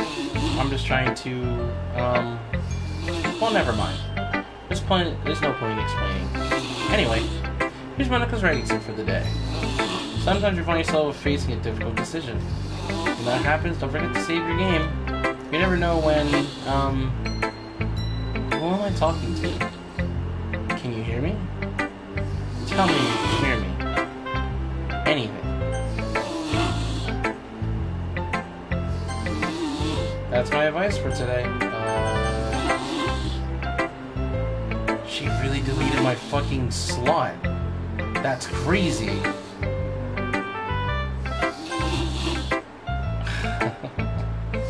That's my advice for today. Thanks for listening. Who should I show my poem to next? Yuri. I've been waiting for this. Let's see what you've written for today. Yuri smiles and takes a deep breath. I like just holding it. I mean, the poem turned out good. It's, well, there's some things that you can work on, but that doesn't really matter. It feels like anything written by you is a treasure. That came out a little awkward. Let's move on. Here's the poem I wrote. You don't have to like it or anything. Wheel. A rotating wheel turning, an axle grinding, bolt head, linear gearbox, falling sky, 7 holy stakes, a dock ship, a patrol to another world, a thin rope tied to a thick rope, a torn harness, parabolic gearbox, expanding universe, time controlled by slipping cogwheels existing of God, swimming with open waters in all directions, drowning a prayer written in blood, a prayer written in time, devouring snakes with human eyes, a thread connecting all living human eyes, a kaleidoscope of holy stakes, an exponential gearbox, a sky of exploding stars, God disproving the existence of God, a wheel rotating in 6 dimensions, 40 years, and ticking clock, a clock that ticks 1 second for every rotation of the planet, a clock that ticks 40 times every time it ticks every second time, a bolt head of holy stakes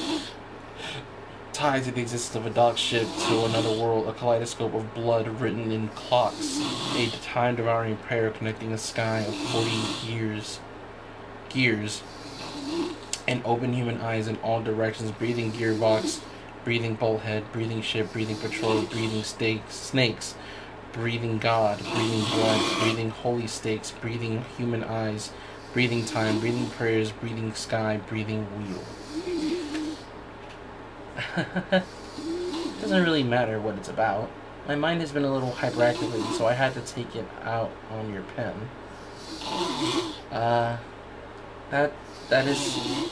a pen fell out of your backpack yesterday, so I took it home for safekeeping, and I just really like the way that it writes. So I wrote this poem with it, and now you're touching it. I'm okay. Oh, did I just... Can we pretend this conversation never happened? You can keep the poem, though. You have a lot of special poem. Would you like to read it? Sure. Things I like about Papa. I like when Papa comes home early. I like when Papa cooks me dinner. I like when Papa gives me an allowance. I like when Papa spends time with me. I like when Papa asks me about my friends. I like when Papa asks me about anything. I like when Papa gives me lunch money. I like when Papa comes home before sundown. I like when Papa cooks. I like when Papa gives me privacy. I like when Papa doesn't tell... Goddamn. I like when Papa doesn't tell me how to dress. I like when Papa doesn't comment on my friends. I like when Papa doesn't comment on my hobbies. I like when Papa comes home without waking me up. I like when Papa keeps food in the house. I like when Papa uses his inside voice. I like when Papa leaves my stuff alone. I like when Papa accidentally drops coins in the couch. I like when Papa is too tired to notice me. I like when Papa is too tired for anything. I like when Papa is too tired for anything.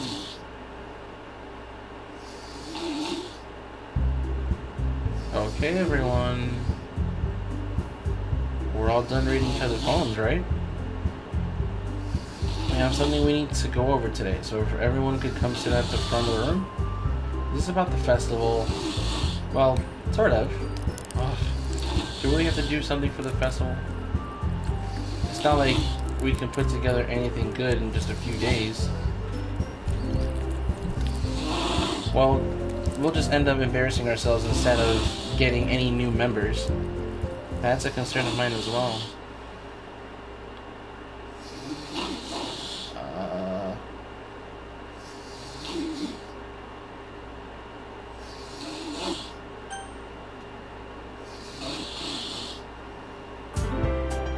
Jesus Christ.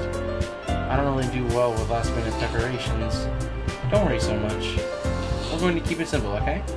Look, I know everyone's been a little more lively ever since Yadnar joined and we've started with some club activities. This is the time for us to become complacent. We still only have 4 members, and the festival is our only real chance to find more, you know?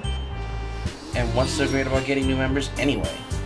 We already have enough to be considered an official club. More members will just mean everything gets noisier and more difficult to manage. Natsuki, I don't think you're looking at it the right way at all.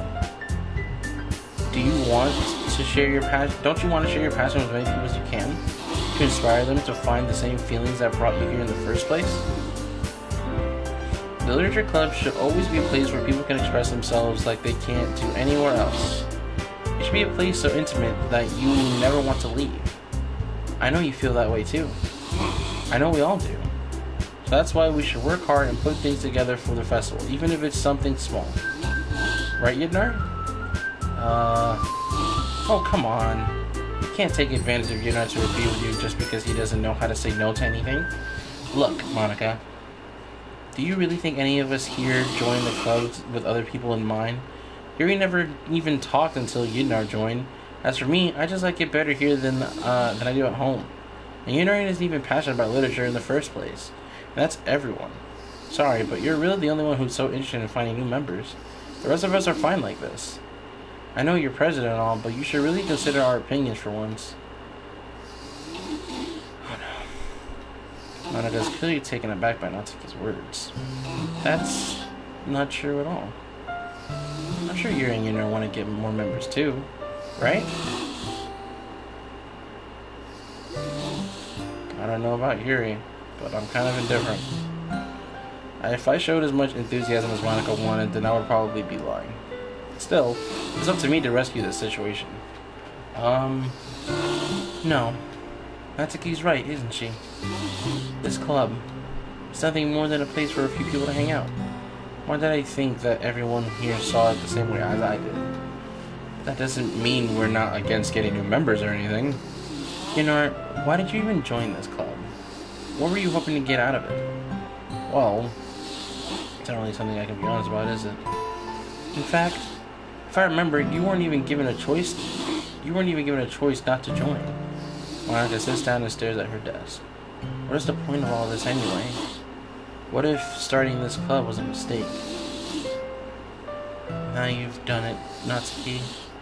What? Me? I just spoke my mind. Is it a crime to be honest? It's not about being honest. It's about word choice. Besides, you have no right to speak to for everyone else in this club like that. You don't understand at all. I just want a place that feels nice to hang out with a few friends. Is there a problem with the club being that for me?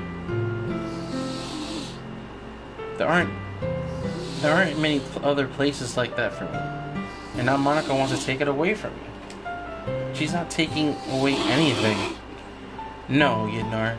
It's not the same. It won't be the same with the direction she wants to take it. If I wanted that, then I could have just joined any other stupid club. But this one, I mean, at least for a little bit of time, things were nice. Natsuki starts packing up her things. I'm going home. I feel like I don't belong here right now. Natsuki. Natsuki ignores Yuri and walks right out of the classroom. Yuri. This is bad. I don't know what to do. Well, do you have an opinion on the festival? I don't know. I'm kind of indifferent, I guess. Who cares about this obnoxious brat? What the fuck? I mean, I like how nice and quiet the club is right now. And I'm just happy with you here. But still, I'm the vice president. It's not right for me to ignore my responsibilities like that. Nobody would cry if she killed herself. I got goosebumps. This shit is fucked. I should do my best to consider everyone's perspective and make the decision that's right for the club. What about you, Yidnar? What do you want to get out of this club? Yuri repeats the same question as Monica. I give myself an indirect answer. I decide giving an indirect answer is better than nothing. I think the most important thing is for everyone to get along, and for the club to provide something that you can't get anywhere else. I don't think it's about how many members, but rather the quality of each member. That's what will end up making the Literature Club a special place. I see. I really agree with you. Each member contributes their own qualities in a special way. With each change...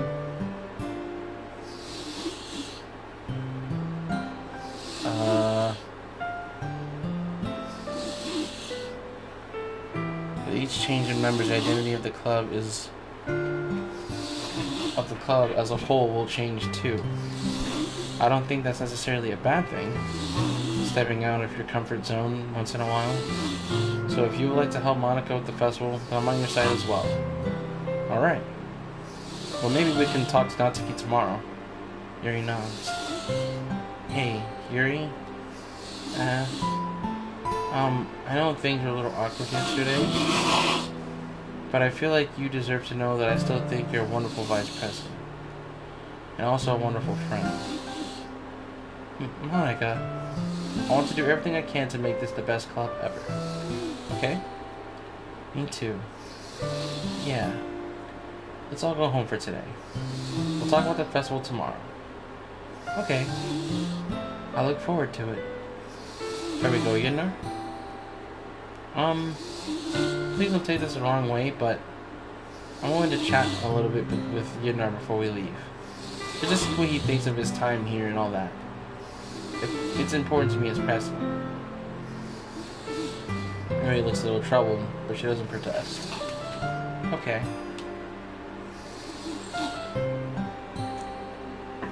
I trust your judgment, Monica. In that case, see the two of you tomorrow. See you tomorrow. Monica waves as Yuri exits the classroom. Whew. Things have been a bit hectic lately, haven't they? You know, I just want to make sure you're enjoying your time at this club. I would really hate to see you unhappy. I feel like... What the fuck? I feel like I'm responsible for that as president. And I really do care about you, you know? And I don't like seeing the other girls give you a hard time. And with how mean Natsuki is and everything, and Yuri being a little bit, you know... Sometimes it feels like you and I are the only real people here. You know what I mean? But it's weird because in all the time you've been here, we've hardly gotten to spend any time together. I mean, I guess it's technically only been a couple of days. Sorry, I didn't mean to say something weird. There are just some things I've been hoping to talk about with you. Things I know only you can understand. Wait, not yet. No, stop it.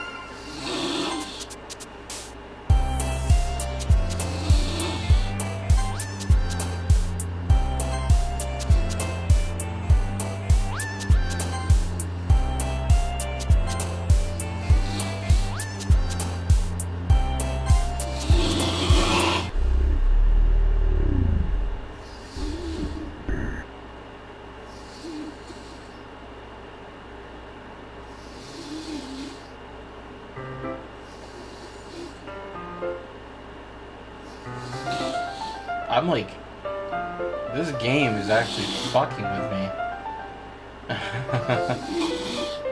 Hi, Ednar. I've been waiting for you. Are you ready to continue reading? I brought my best tea today. Monica, I told you not to. Is you really late again? Consider it as usual, Natsuki. Excuse me? Don't you always interrupt my conversations with your incessant yelling? What are you talking about? You say that like I do it on a regular basis or something. I just wasn't paying attention, okay? I'm sorry. Seriously, what's gotten into you today? Or lately? Look, I did something thinking about yesterday. I was a little more hostile than I meant to be. I guess I really felt threatened or something. But I know this is something we're doing together. Another new member wouldn't hurt as long as they're cool. And I guess another girl would be nice this time. So, Natsuki, nobody cares. Why don't you go look for some coins in the vending machine or something?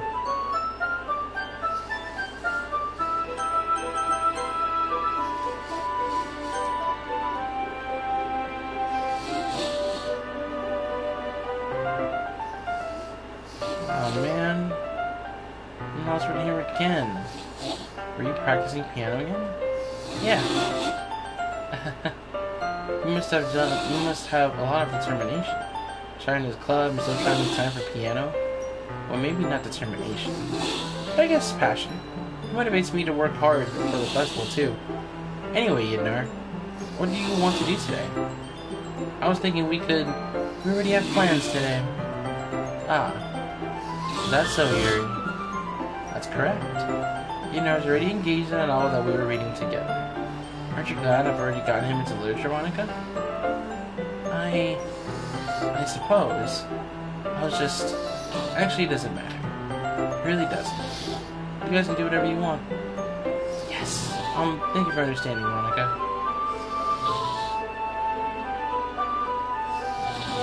Actually, I have a request. Do you mind if we make some tea first? Not at all. Thank you very much. If there's one thing that can make reading time here any better, it's a nice cup of tea. Not to mention for yourself as well. Zoe stands up and makes her way to the closet. I follow and watch as she retrieves a small water pitcher from the shelf, the kind with a water filter inside. Can you hold this for a second? Sure. Yuri hands me the water pitcher and also fetches an electric kettle. I'm going to plug this in at the teacher's desk, and then I'll go get some more. She walks past me and sets the kettle down on the teacher's desk. I simply watch her movements. To my surprise, the way she moves really contrasts her speaking mannerisms, especially because of her long legs. Yuri appears elegant and methodical. Okay, may I have the water pitcher? Thanks, I'll be right back. I might as well walk with you. That's okay. You stay here. It won't take long. Pitcher in hand, Yuri is out of the classroom.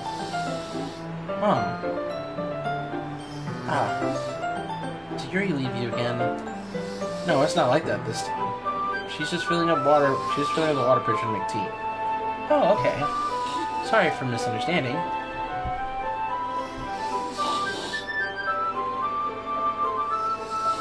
10 minutes pass. You said it wouldn't take long. Is somebody holding her up? I'm bored just waiting here, so I decided to look for her. Let's see. The most logical place for you to be would be the nearest water fountain. Start heading down the hallway.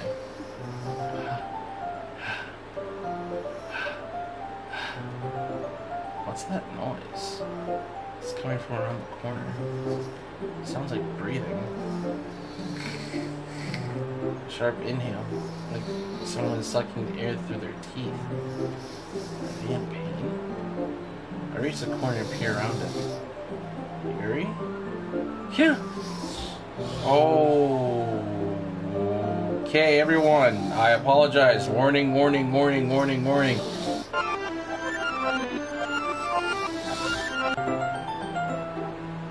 I'm back.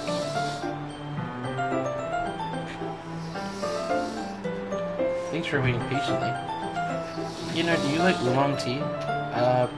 Yeah. Anything is fine. Very well. Yuri sets the temperature on the kettle to 200 degrees. Now it's time to get the teapot.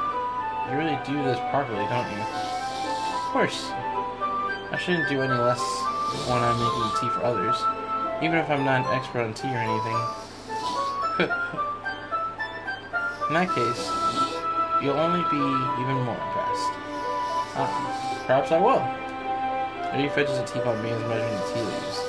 To my surprise, she even starts humming a little to herself. You must be in a good mood now. Is that so? I was letting it show. And you noticed. I was doing a bit of thinking. And I decided that I should try expressing myself a little bit more. And it turns out it's not very hard for me to do. When it's you who's around anyway. That's great, Yuri. Just don't push yourself too much. You're always worrying about me, Yidnar. It's very endearing. Yuri wasn't kidding. I don't even know if I can keep up with this. I watched Yuri pour a cup of tea for each of us. Yidnar, I have another request. Do you mind if we sit on the floor today? Why is that? It's a little bit easier on my back. I I can read with my back against the wall rather than bending over at my desk. Bending over at my desk. Ah, sorry, I didn't realize. No worries. I just have a back pain fairly regularly, so I do my best to manage it. That's so. I wonder why that is. It's most likely because your posture, right? Always hunched over like that while reading? Yes. I have terrible reading posture, so that's why we should sit on the floor. Fair enough. I'll go ahead and get the book. I retrieve the book from my bag. Oh, I have some chocolate as well. It's a bag of small chocolate candies. I take it, since it'll go well with the tea. Here and I sit against the wall with teacups at our sides. As if in sync, we assume the same reading position as last time, each holding one half of the book. Except this time, our bodies are even closer to each other. I can't see too well. Yuri slides over until our shoulders are touching. How am I supposed to focus on reading like this?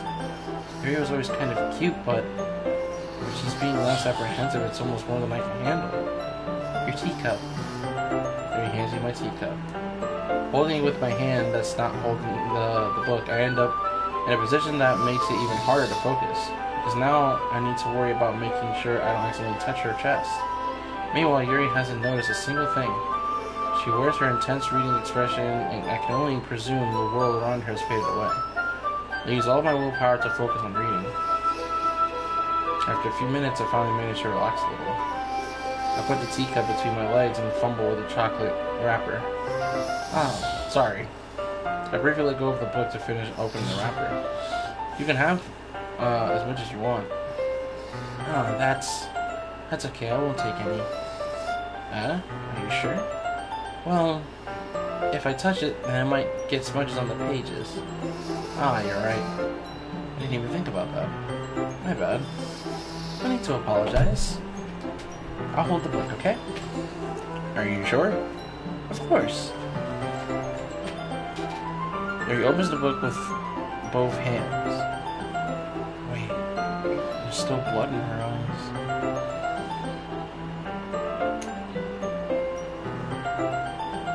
She holds it so that I don't have any hard of a time reading from it. But as a result, her left arm is practically resting on top of my leg. Well, in that case, Yuri's already focused on reading again. I take a chocolate candy and pop it into my mouth. Then I take another chocolate, and I hold it up to Yuri. She doesn't even look away from the book. She simply parts her lips as if the situation was completely natural. That means I can't stop here. I apprehensively place the chocolate in her mouth. Just like that, Yuri closes her lips over it. Huh? Yuri's expression suddenly breaks. Did I just... Yuri looks at me like she needs to confirm what just happened. Yidnar. Sorry. I guess I shouldn't have done that. Yuri starts to breathe heavily. I can't. Yidnar? Suddenly Yuri forcefully grabs my arm and jerks me to my feet. The teacup gets knocked over. Yidnar. My heart won't stop pounding, Yidnar. I can't calm down. I can't focus on anything anymore. Can you feel it, Yidnar? Yuri suddenly presses my hand against her chest. Why is this happening to me? I feel like I'm losing my mind. I can't make it stop. It even makes me not want to read. I just want to look at you.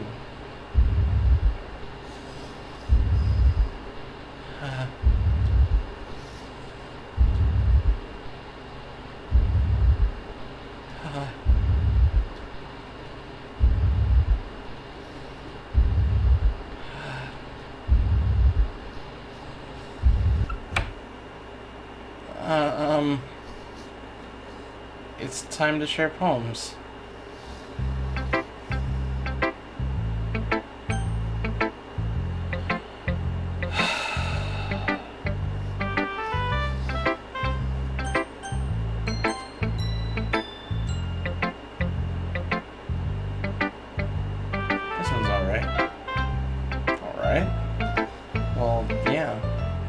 as good as yesterday's anyway.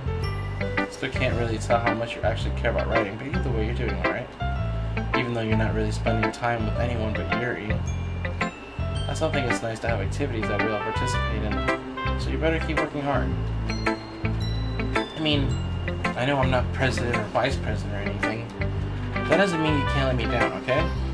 So at least read mine for 2 for now.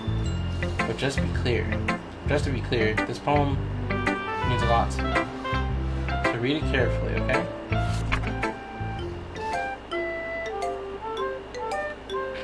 Oh, thank God. Okay.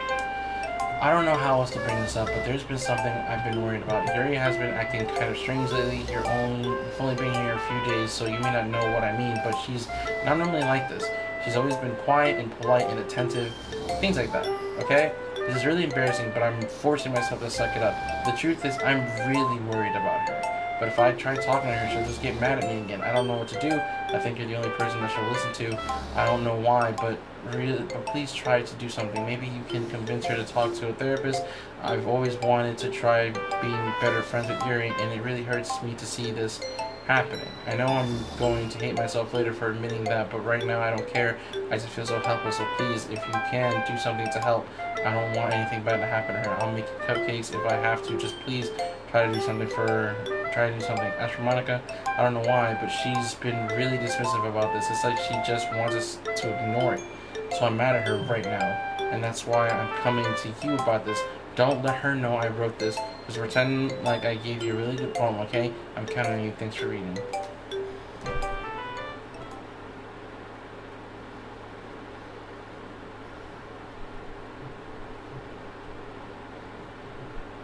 I'm fucking weak.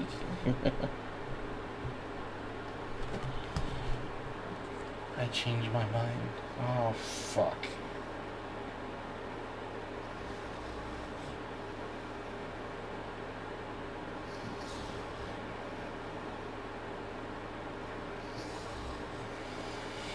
Oh, fuck, okay. Ignore everything you just read. There's no point in trying to do anything. Yuri's own fault that she's so It's Yuri's own fault that she's so unlikable. Can you hear me, Yednar? If you would just spend more time with Monica, all these problems would go away. Yuri and I are too messed up for someone as wonderful as you. Just think of Monica from now on. Just Monica. Just Monica. Just Monica. Just Monica. Just Monica. What the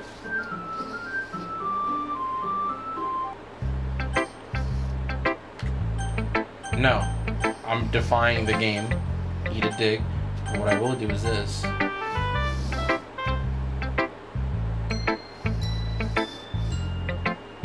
Wait. Oh, that's not autosave. Okay.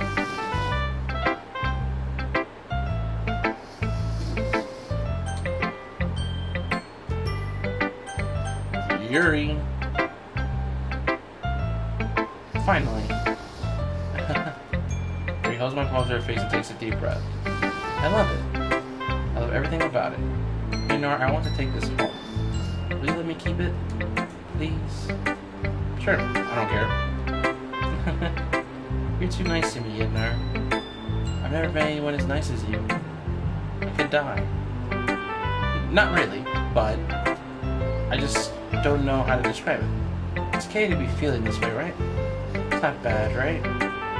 Yuri holds my poem to her chest. I'm gonna take this home with me and keep it in my room. I hope that it makes you feel good when you think about me having it. I'll take good care of it. I'll even touch myself while reading it over and over. Okay!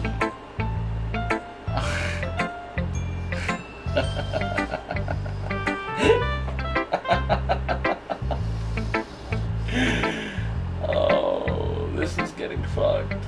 I was not expecting it to go this bad. I'll give myself paper cuts to your skin, so your skin oil enters my bloodstream.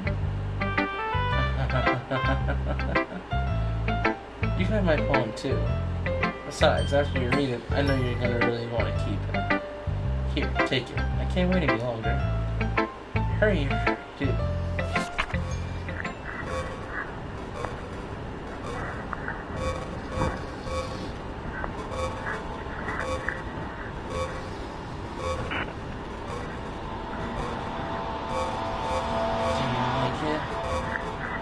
I wrote it for you.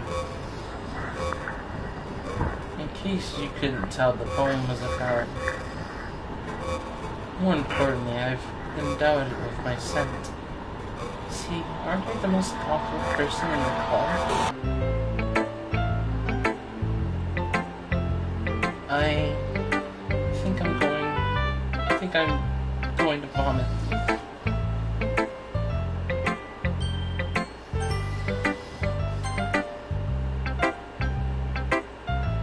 You're not. I think you saw something earlier that you weren't supposed to see. I didn't want to have to tell you this, but I don't think I have a choice. It's getting kind of dangerous for you to spend so much time with Yuri. I don't know why, but she seems pretty easily excitable when she's around you. There shouldn't be a problem in itself, but when Yuri gets too excited, she finds a place to hide and starts cutting herself with a pocket knife. Isn't that kind of messed up? She even brings a different one to school every day like she has a collection or something. I mean, it's definitely not because she's depressed or anything like that. I think she just kind of gets a high from it. It might even be like a sexual thing. But the point is, you've been kind of enabling her. I'm not saying it's her fault though, but I guess that's why I had to explain it all to you. So I think if you keep your distance, that would probably be best for her. While you're at it, don't be shy to spend a little time with me. To put it lightly, I at least have it together in the head, and I know how to treat my club members. Anyway, I guess we won't have to worry about your poem. Yuri should have at least had the courtesy of letting you finish sharing it before taking it. Well, whatever. If it makes her happy, I won't stop her. As for mine, I worked really hard. I worked really hard on this poem, so I hope that it's effective. Here goes. Jeez, that really startled me. Well, I guess I kind of messed it up at writing this poem. I was really trying to, never mind. Let's just move on.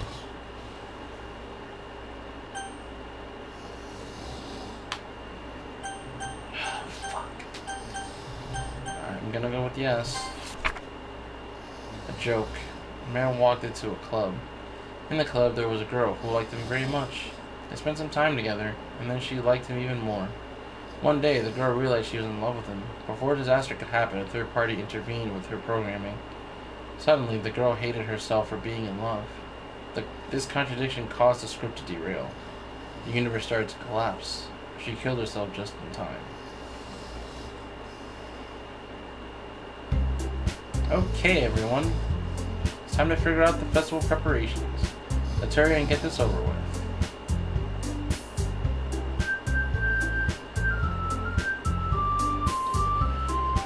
Stagnating air is common foreshadowing that something terrible is about to happen. Look, can we just get this done? I'm going to be printing and assembling all the poetry pamphlets. Natsuki, you can make cupcakes. I know you're at least good at that. Yuri, you can... well, it doesn't matter. Do whatever you want as long as you think it'll help.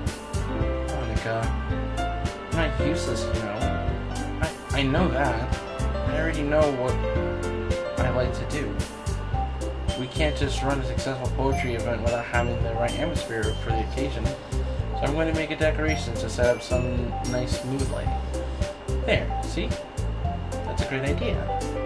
And that gives us all something to do. What about Yidnar? Yidnar's going to help me. Wait, you?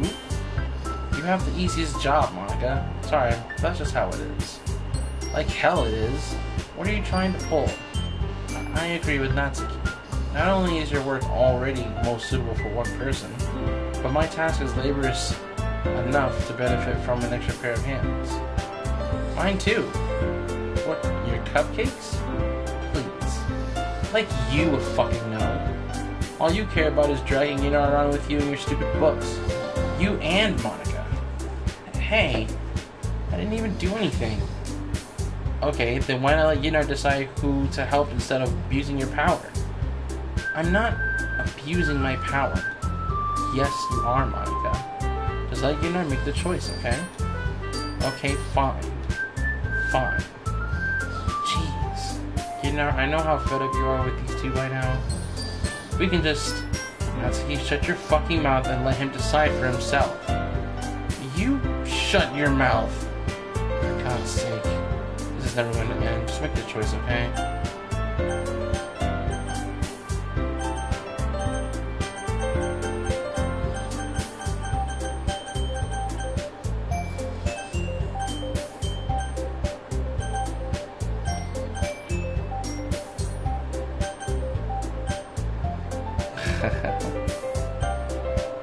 Really wants me to just pick Monica, huh?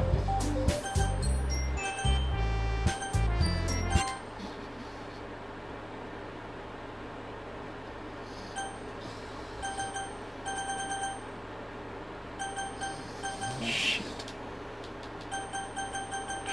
Fuck. That's annoying. I promise it'll be fun. Is Sunday okay with you? Are you fucking kidding me? This isn't fair at all. It is fair, Natsuki. That's what he chose. No, it's not fair. Giving us all this work and then taking Yinar for yourself?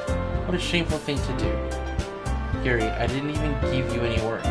You decided to for yourself. You're being a little unreasonable here. I'm being unreasonable? Monica, I can't believe how delusional and self-important you are. Every time the music stops like that, it's giving me goosebumps. Pulling Yinar away from me every single time you're not included in something? Are you jealous? Crazy? Or maybe you just hate yourself so much that you take it out on others. Here's a suggestion. Have you considered killing yourself? It would be beneficial to your mental health. Yuri, you're scaring me a little. Natsuki, let's just go. I don't think she wants us around right now. See, that wasn't very hard. All I want is to spend a little time with him. That's so much to ask. Yuri follows Monica and Natsuki to the door. Hey, Yinar. Yuri is really something, isn't she? Monica giggles as Yuri pushes her out the door. Finally. Finally. This is really all I wanted. Yinar, there's no need to spend the weekend with Monica. Don't listen to her. Just come to my house instead. The whole day with just the two of us. Doesn't that sound wonderful? Wow. There's really something wrong with me, isn't there? You know what? I don't care anymore. I've never felt this good in my whole life. Just being with you is far greater pleasure than anything I could imagine. I'm addicted to you. It feels like I'm going to die if I'm not breathing the same air as you. Doesn't it feel nice to have someone care about you so much? To have someone who wants to revolve their entire life around you? But if it feels so good, then why does it feel more and more like something horrible is going to happen? Maybe that's why I tried stopping myself at first. But the feeling is too strong. I don't care anymore, Yinar. I have to tell you, I'm madly in love with you. It feels like every inch of my body, every drop of blood in me is screaming your name. I don't care what the consequences are anymore. I don't care if Monica is listening. Please, Yinar, just know how much I love you. I love you so much that I even touched myself with the pen I stole from you. I just want to pull your skin open and crawl inside of you. Oh, no. I was a little weirded out and then, into whatever she was saying, and now she's lost me. I want you all to myself, and I will be only yours. Doesn't that sound perfect? Tell me, Yinar. Tell me you want to be my lover. Do you accept my confession? Um.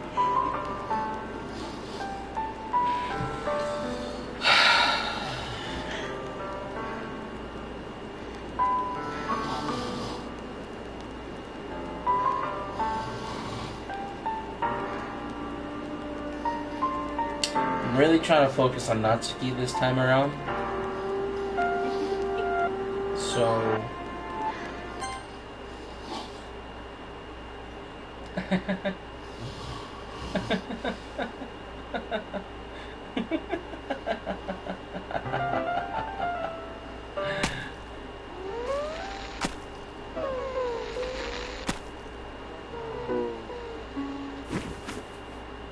I don't regret my decision.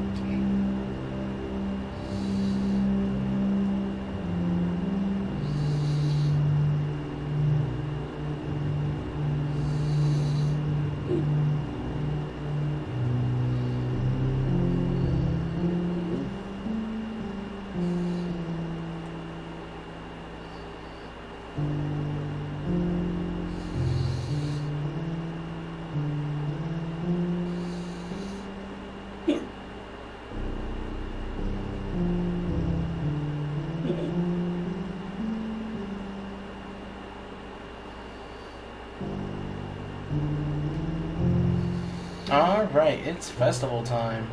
Wow, you got here before me? I thought it was pretty...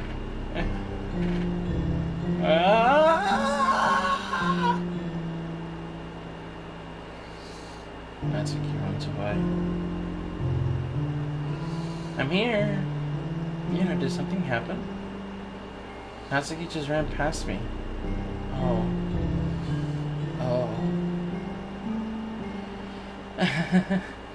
Well, that's a shame. Wait, were you here the entire weekend, Yidnar? Oh, jeez. I didn't realize the script was broken that badly. I'm super sorry. It must have been pretty boring. I'll make it up to you, okay? Just give me a second.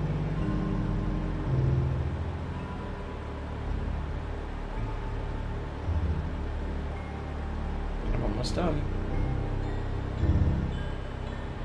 I just want to have a cupcake real quick. Uncle lifts the foil from tray and takes a cupcake. Seriously, these are the best. I really just had to have one since it's the last time I'll ever get a chance to. Before they stop existing and everything. Anyway, I really shouldn't be making you wait any longer. Just bear with me, okay? It should only take a second.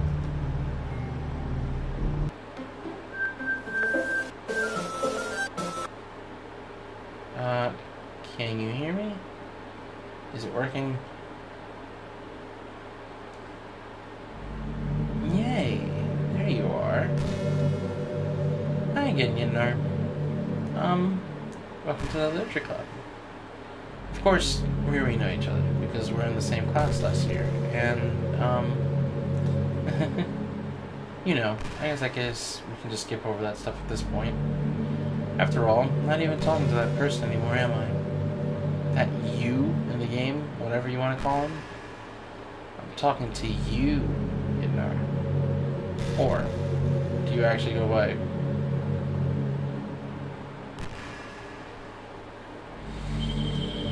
Oh, nah.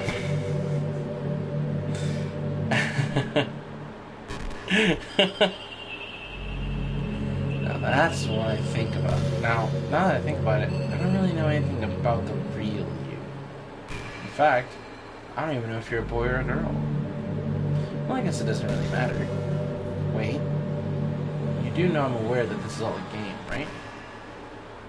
Could it be possible that you didn't know that? That's what I've been trying to tell you all along. Man. If only I paid a little more attention, this would have been a little bit less awkward, you know? Well, anyway. Now that that's out of the way, I guess I owe you an explanation. About that whole thing with Yuri. Well, kind of started to mess with her, and I guess just drove her to kill herself. I'm sorry you had to see that, though. Also, same thing happened with Sayori. Gosh, it's been a while since you've heard that name now, hasn't it? Yeah, it's because she doesn't exist anymore. Nobody does. I deleted all their files. I was hoping it would be enough for me to just try to make them as unlikable as possible. For some reason, nothing worked. Well, it's true that I made a few mistakes here and there, since I'm not very good at making changes to the game.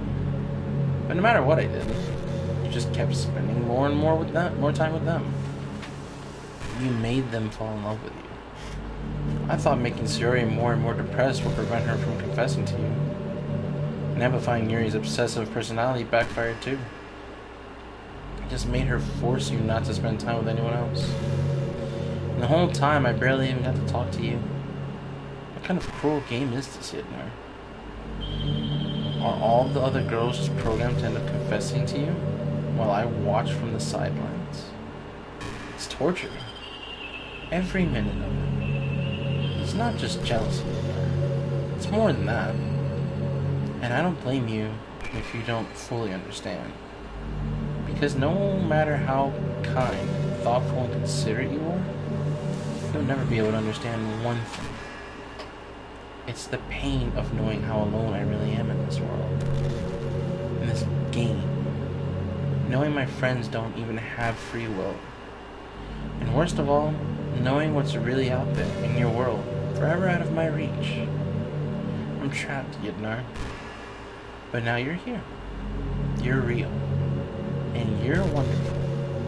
You're all I need. That's why I need you to be here with me forever. I'm sorry if it's hard to understand. I couldn't understand for a while either. Why the world around me started to become more and more gray.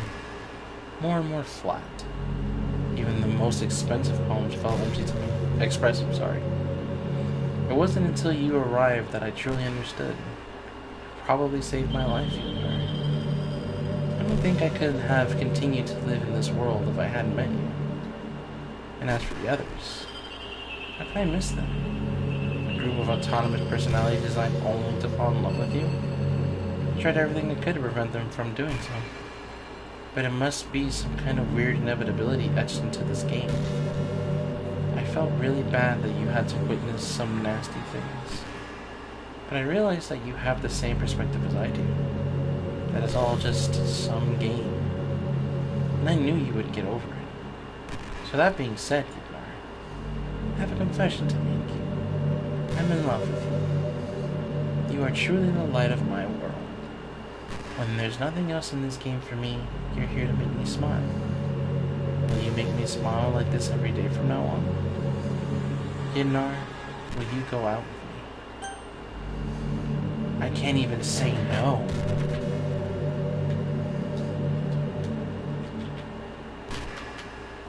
I don't have a fucking choice. I'm so happy. You You really are my everything, Yignar. The funny part is, I mean that literally. There's nothing left here. Just the two of us. Just the two of us. We can be here together forever. Seriously, I don't even think time is passing anymore. It really is a dream come true. I worked so hard for this ending, Yignar. The game wouldn't give me one, so I had to make one myself. The script is broken at this point, so I don't think anything will get in the way anymore. And you wouldn't believe how easy it was to delete Natsuki and Yuri. I mean, there's a folder called Characters right in the game directory. It kind of freaked me out how easy it was. Imagine if you could delete your own existence with the click of a button. Well, I guess on the plus side, it gave me an easy out if things didn't go my way. Thankfully, it didn't come to that. Instead, we finally got a good ending. Gosh, I'm so overwhelmed with emotion. I want to write a poem about this. Don't you? I wonder if that part of the game still works. I guess there's only one way to find out, right?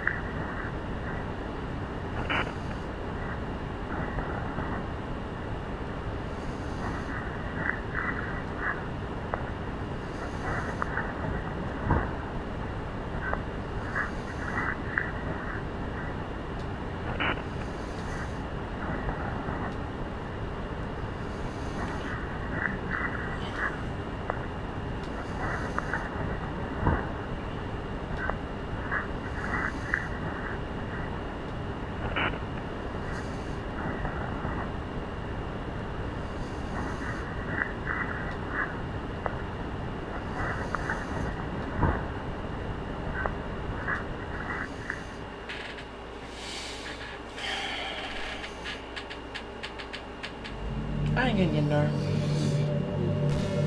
Did you write a good poem today? Don't be shy, I'd love to see what you wrote. Oh, Yignar. Did you write this poem for me? That's so sweet of you. There really is no end to your thoughtfulness. I'm just falling more and more in love with you. But you know, the poem I wrote is also for you. Will you please read it? Happy end. And in hand I find my strength, the courage endowed upon me by my one and only love. Together let us dismantle this crumbling world and write a novel of our own fantasies. With a flick of her pen, the lost finds her way. In a world of infinite choices, behold the special day. After all, not all good times must come to an end. I hope you enjoyed it. I always put all my heart into the poems that I write. The truth is, all the poems I've written have been about my realization. Or, about you. That's why I never really wanted to go into detail about them. I didn't want to break the fourth wall, I guess you could call it. I just assumed it would be best to be part of the game like everyone else. Like that would help the two of us end up together. I didn't want to ruin the game or anything, you know? You might have gotten mad at me.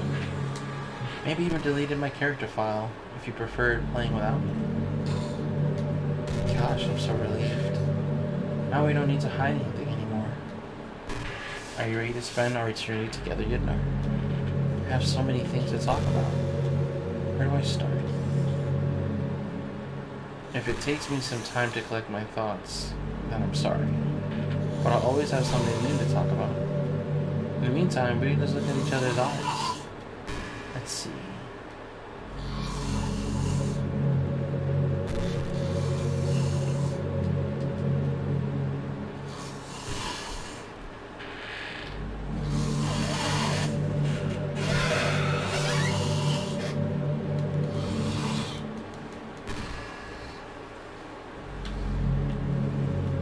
Hey, what's your favorite game? Mine is Doki Doki Literature Club. That was a joke. But if you tell me you like some other romance game better, I might get a little jealous.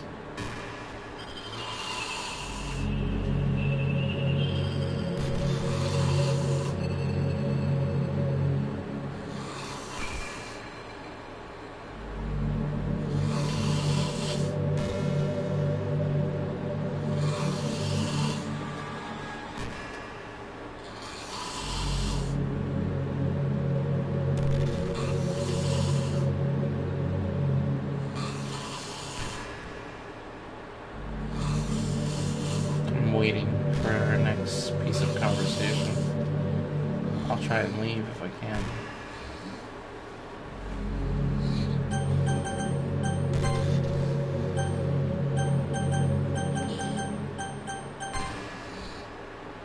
Oh, what a bitch.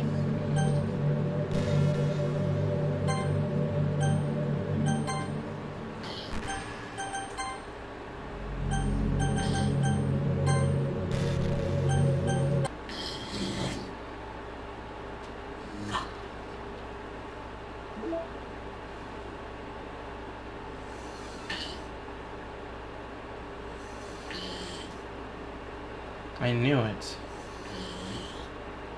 So hers is the same. Natsuki's Ghost in the Light.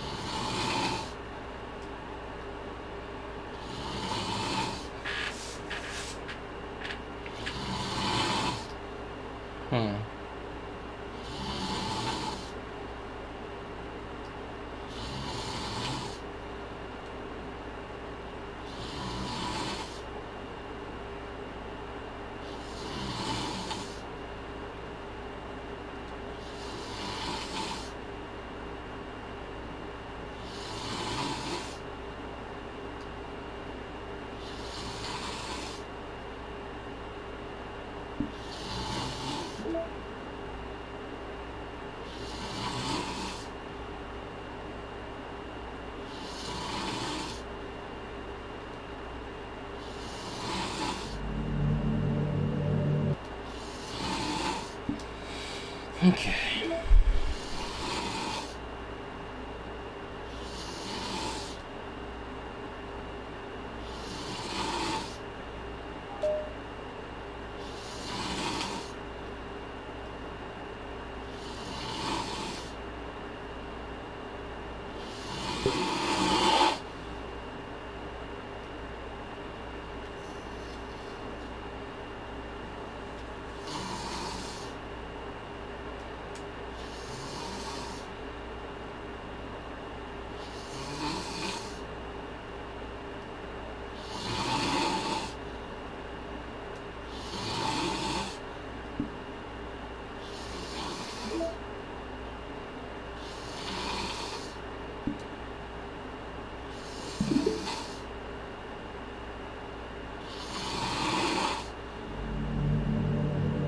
What the fuck?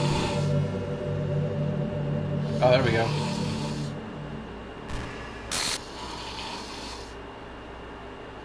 What's happening?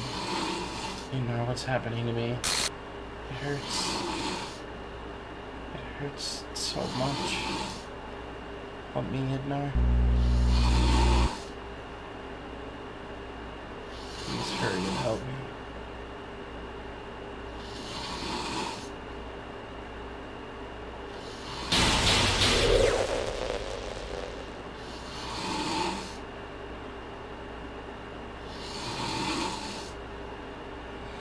Did you do this to me, Idnar? Did you? Did you delete me? How could you? How could you do this to me? You're all I had left. I sacrificed everything for us to be together. Everything. I loved you so much, Idnar. I trusted you. Do you just want to torture me? Watch me suffer? Were you only pretending to be kind just to hurt me even more?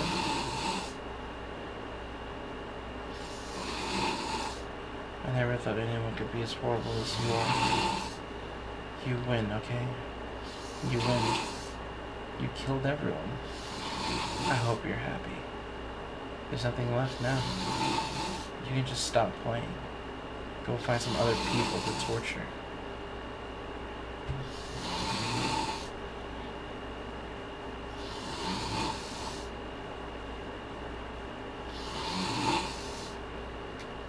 Ignore. You completely and truly make me sick. Goodbye.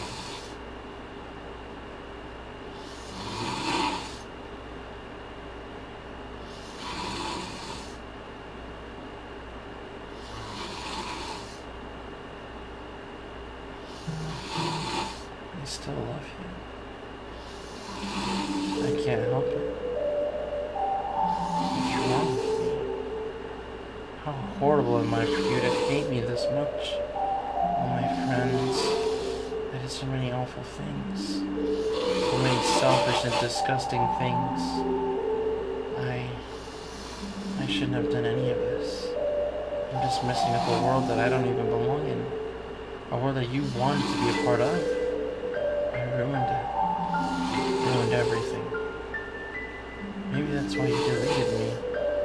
Because I destroyed everything that you wanted. How could I do that to someone I love? That's not love. That's...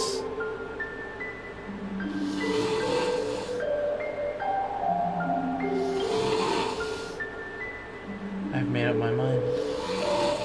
Yidnar, I know I said that I deleted everyone else, but that was kind of an exaggeration. I couldn't find it in myself to do it.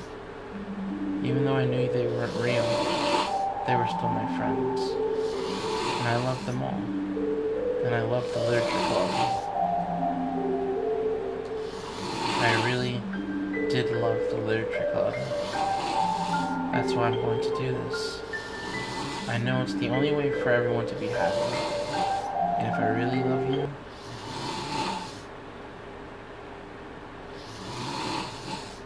then...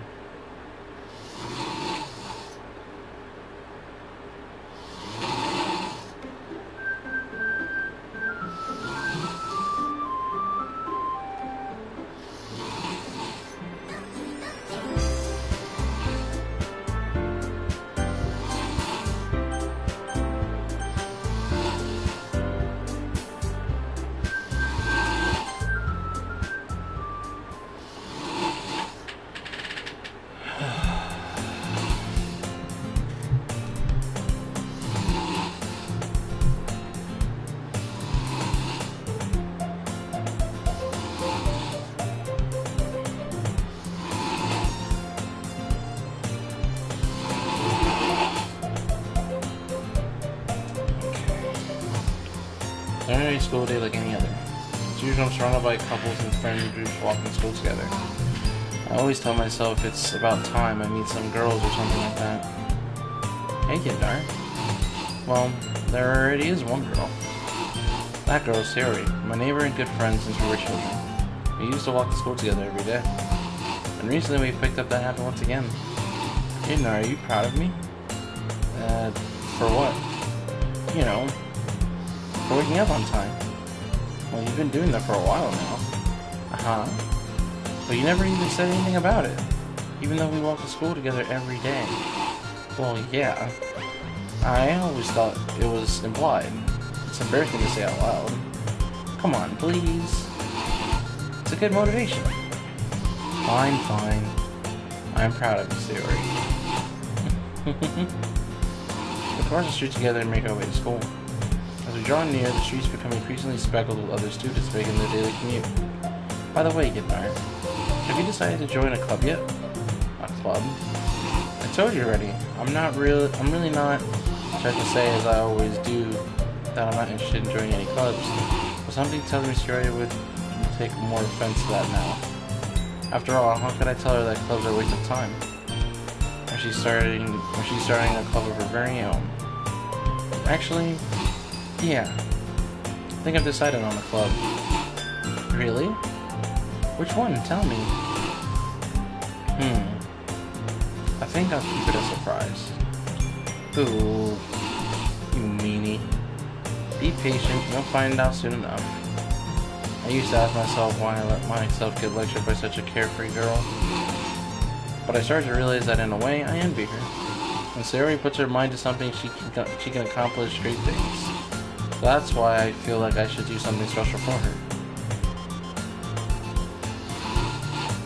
School day is as ordinary as ever, and it's over before I know it. After I pack up my things, I stand up, gathering my motivation. Let's see.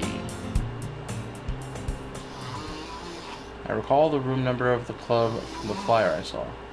I walk across the school and upstairs, a section of the school I rarely visit. Before long, I find the room. I timidly open the door in front of me. Hello? Yidnar? What are you doing here? Well, I glanced around the room. Huh. So you're the Yidnar that Sayori's always talking about? Thank you for stopping by. It's a pleasure to meet you, Yidnar. Where's the literature club? I hope you enjoy your visit. Come on, Yuri. No need to be so formal.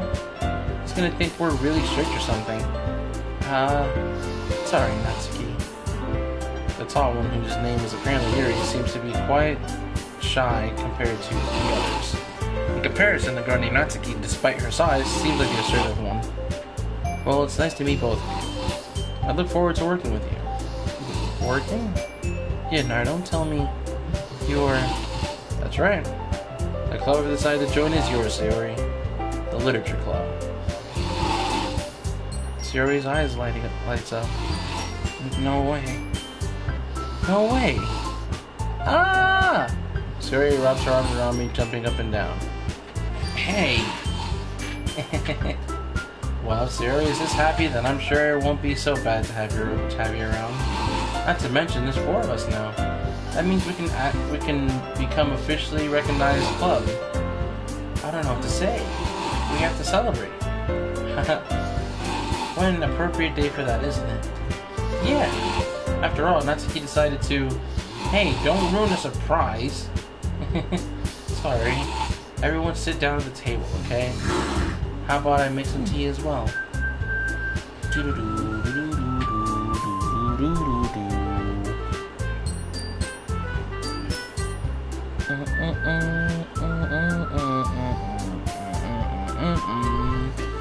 The girls have a few desks arranged up on the table.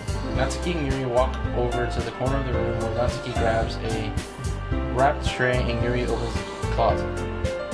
Still feeling awkward, I take a seat next to Sayori. Natsuki proudly marches back to the table, tray in hand. Okay, are you ready? Ta-da! Wow! Natsuki lifts the foil off the tray and reveals a dozen white fluffy cupcakes decorated to look like little cats.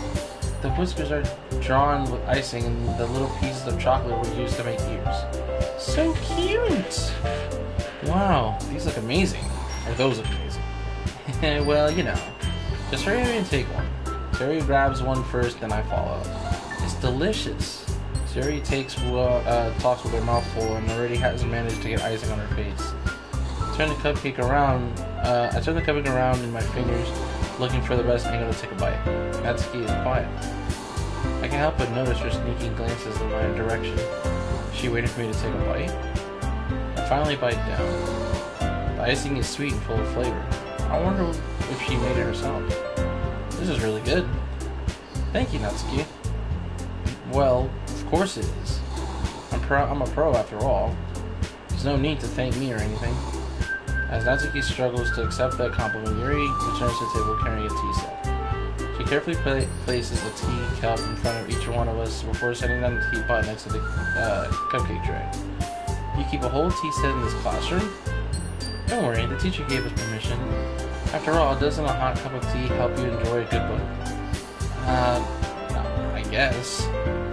Already trying to impress a new member, Yuri? That's not... Insulted, Yuri looks away. I meant that, you know, I believe you. Well, tea and reading might not be a pastime for me, but I at least enjoy tea. I'm glad. Yuri faintly smiles to herself in relief. So, Yidnar, what kind of things do you like to read? Well, considering how little I've read these past few years, I don't really have a good way of answering that. Manga. I muttered quietly to myself, half joking. So I basically started a whole new timeline without Monica? This shit is weird. Okay. Natsuki's head suddenly perks up. It looks like she wants to say something, but she keeps quiet. Not much of a reader, I guess. Well, that could change. What am I saying? I spoke without thinking after seeing Yuri's sad smile. Anyway, what about you, Yuri? Well, let's see. Yuri traces the rim of her teacup with her finger. My favorites are usually novels that build deep and complex fantasy worlds. The level of creativity and craftsmanship behind them is amazing to me.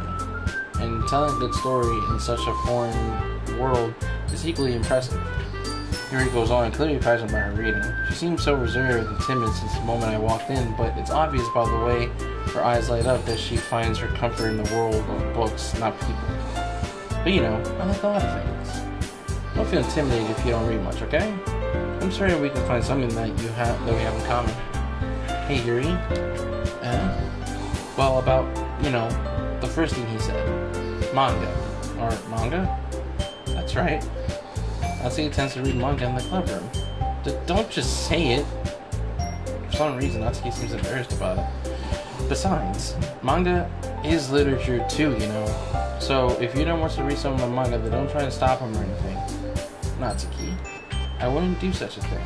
However, it could also be nice for us to diversify ourselves a little. You can take this opportunity to try something new as well. Wouldn't you agree, Yudnar? Maybe. Sensing the tension, Siri jumps in. Maybe we can all try something new. I think it would be fun. And we'll get to know each other a little bit better too. I mean, that's the kind of thing literature clubs do, right? I don't disagree or anything. Yeah, you're right, as usual, President.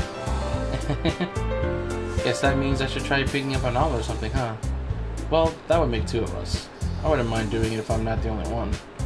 Then as for Yuri, I have to read manga? Jeez, you were the one who suggested we diversify. You should be a little more open-minded. It's kind of hurtful. Hurtful? I didn't realize. With a guilty expression, Yuri thinks to herself. I'm sorry for disrespecting your interest, Natsuki. If you're into it, then I'm sure it's a worthy form of literature. Are you just saying that? No. I've realized my error. So if you're willing to consider starting a novel, then I'll offer my gratitude by finding a manga to read as well. Really? I mean, it makes me happy that you do that for me, Yuri. You can trust me to find something that you really, really like, okay? That you'll really like. I said really, really. Same here. Perhaps I'll visit the bookstore after the club meeting. Just you? Would you like to come along with me? If you don't mind. Not at all. I always go alone, so yeah, me too. This is so cute. Sayori, shut up. Aw, what the fuck? I'll show you some manga there too, okay? Yes. I look forward to it. Natsuki and Yuri start to clean the food. I guess the meeting's over, huh? Yeah, looks like it. It's nice to see everyone getting along. Isn't it? I think everyone likes you too, Yudnar. You think so? Well, everyone always seems to get along a little better with you around, Sayori. Aw, Yudnar. Don't say something like that, it's embarrassing. Well, whatever. I was surprised when you told me you were starting a club, but I think you're pulling it off just fine. We're gonna make it the best club ever. Now that you've joined, every day is gonna be so much fun. Hey, Yudnar. I really want to thank you. I mean, I'm really happy that you joined the club and everything, but the truth is, I already knew you were going to. There's actually something else. I wanted to thank you for getting rid of Monica. That's right. I know everything that she did. Maybe it's because I'm the president, but I really know everything, Yudnar. I know how hard you try to make everyone happy. I know about all the things that Monica did to make everyone really sad. But none of that matters anymore. It's just us now. And you made me the happiest girl in the whole world. I can't wait to spend every day like this. With you. forever and ever. O-R-E-B-E.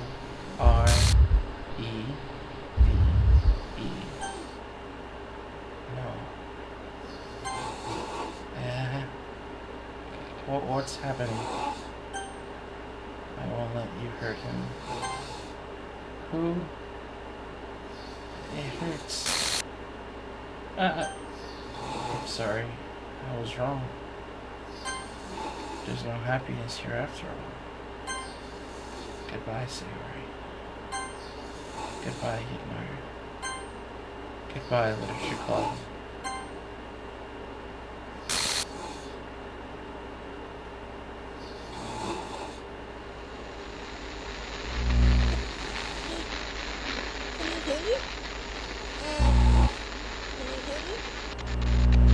Can you hear me?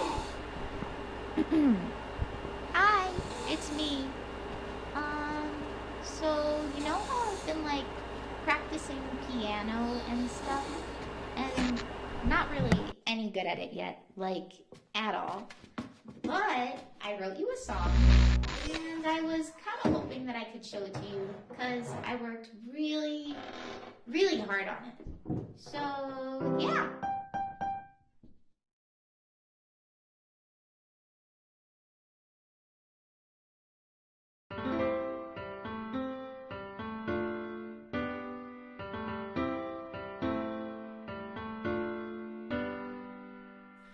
Every day I imagine a future where I can be with you. In my hand is a pen that will write a poem of me and you. The ink flows down into a dark puddle. Just move your hand right the way into his heart. But in this world of infinite choices, what will it take just to find that special day? What will it take just to find that special day?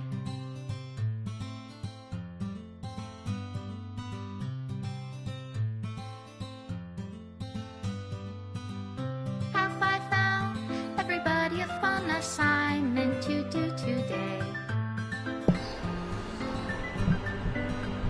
When you're here, everything that we do is fun for them anyway.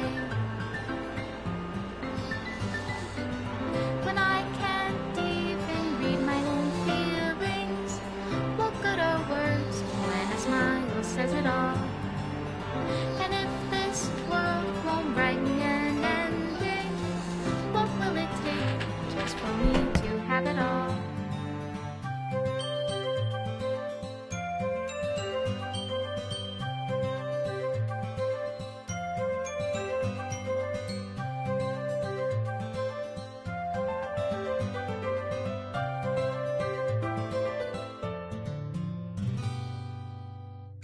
Does my pen only write bitter words for those who are dear to me? Is it love if I take your, is it love if I set you free?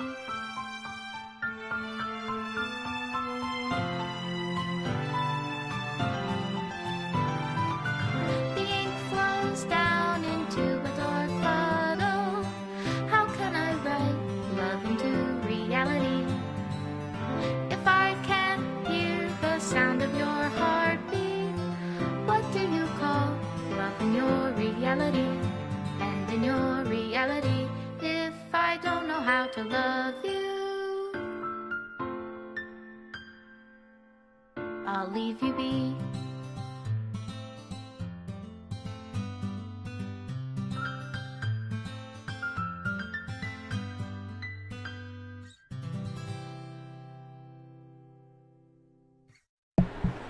This is my final goodbye to the Literature Club. I finally understand the Literature Club is truly a place where no happiness can be found. To the very end, it continued to expose innocent minds to a horrific reality, a reality that our world is not designed to comprehend. I can't let any of my friends undergo the same hellish epiphany. For the time it lasted, I want to thank you. for making all of my dreams come true, for being a friend to all of the club members. And most of all, thank you for being a part of my literature club. With everlasting love, Monica.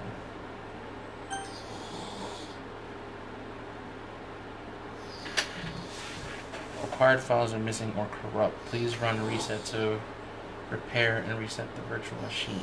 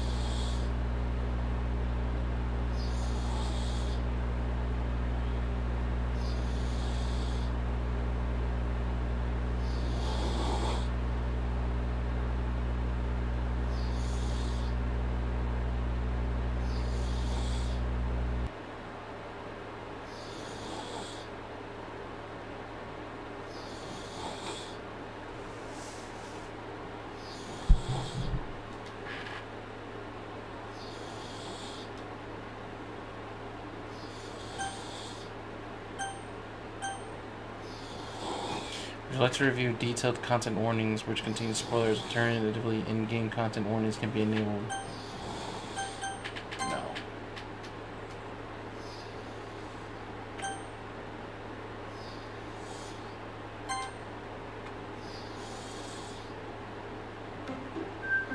And I'm back. Alrighty then. So it seems that for now, it looks like I'm done. I will come back to this soon because there's multiple endings and I obviously just got the one, so I will be back to this another time. As soon as I get back to it, I'm gonna do some searching and I'm gonna figure out what else I can do. Until then, have a good day everyone. Or good night rather. Bye bye.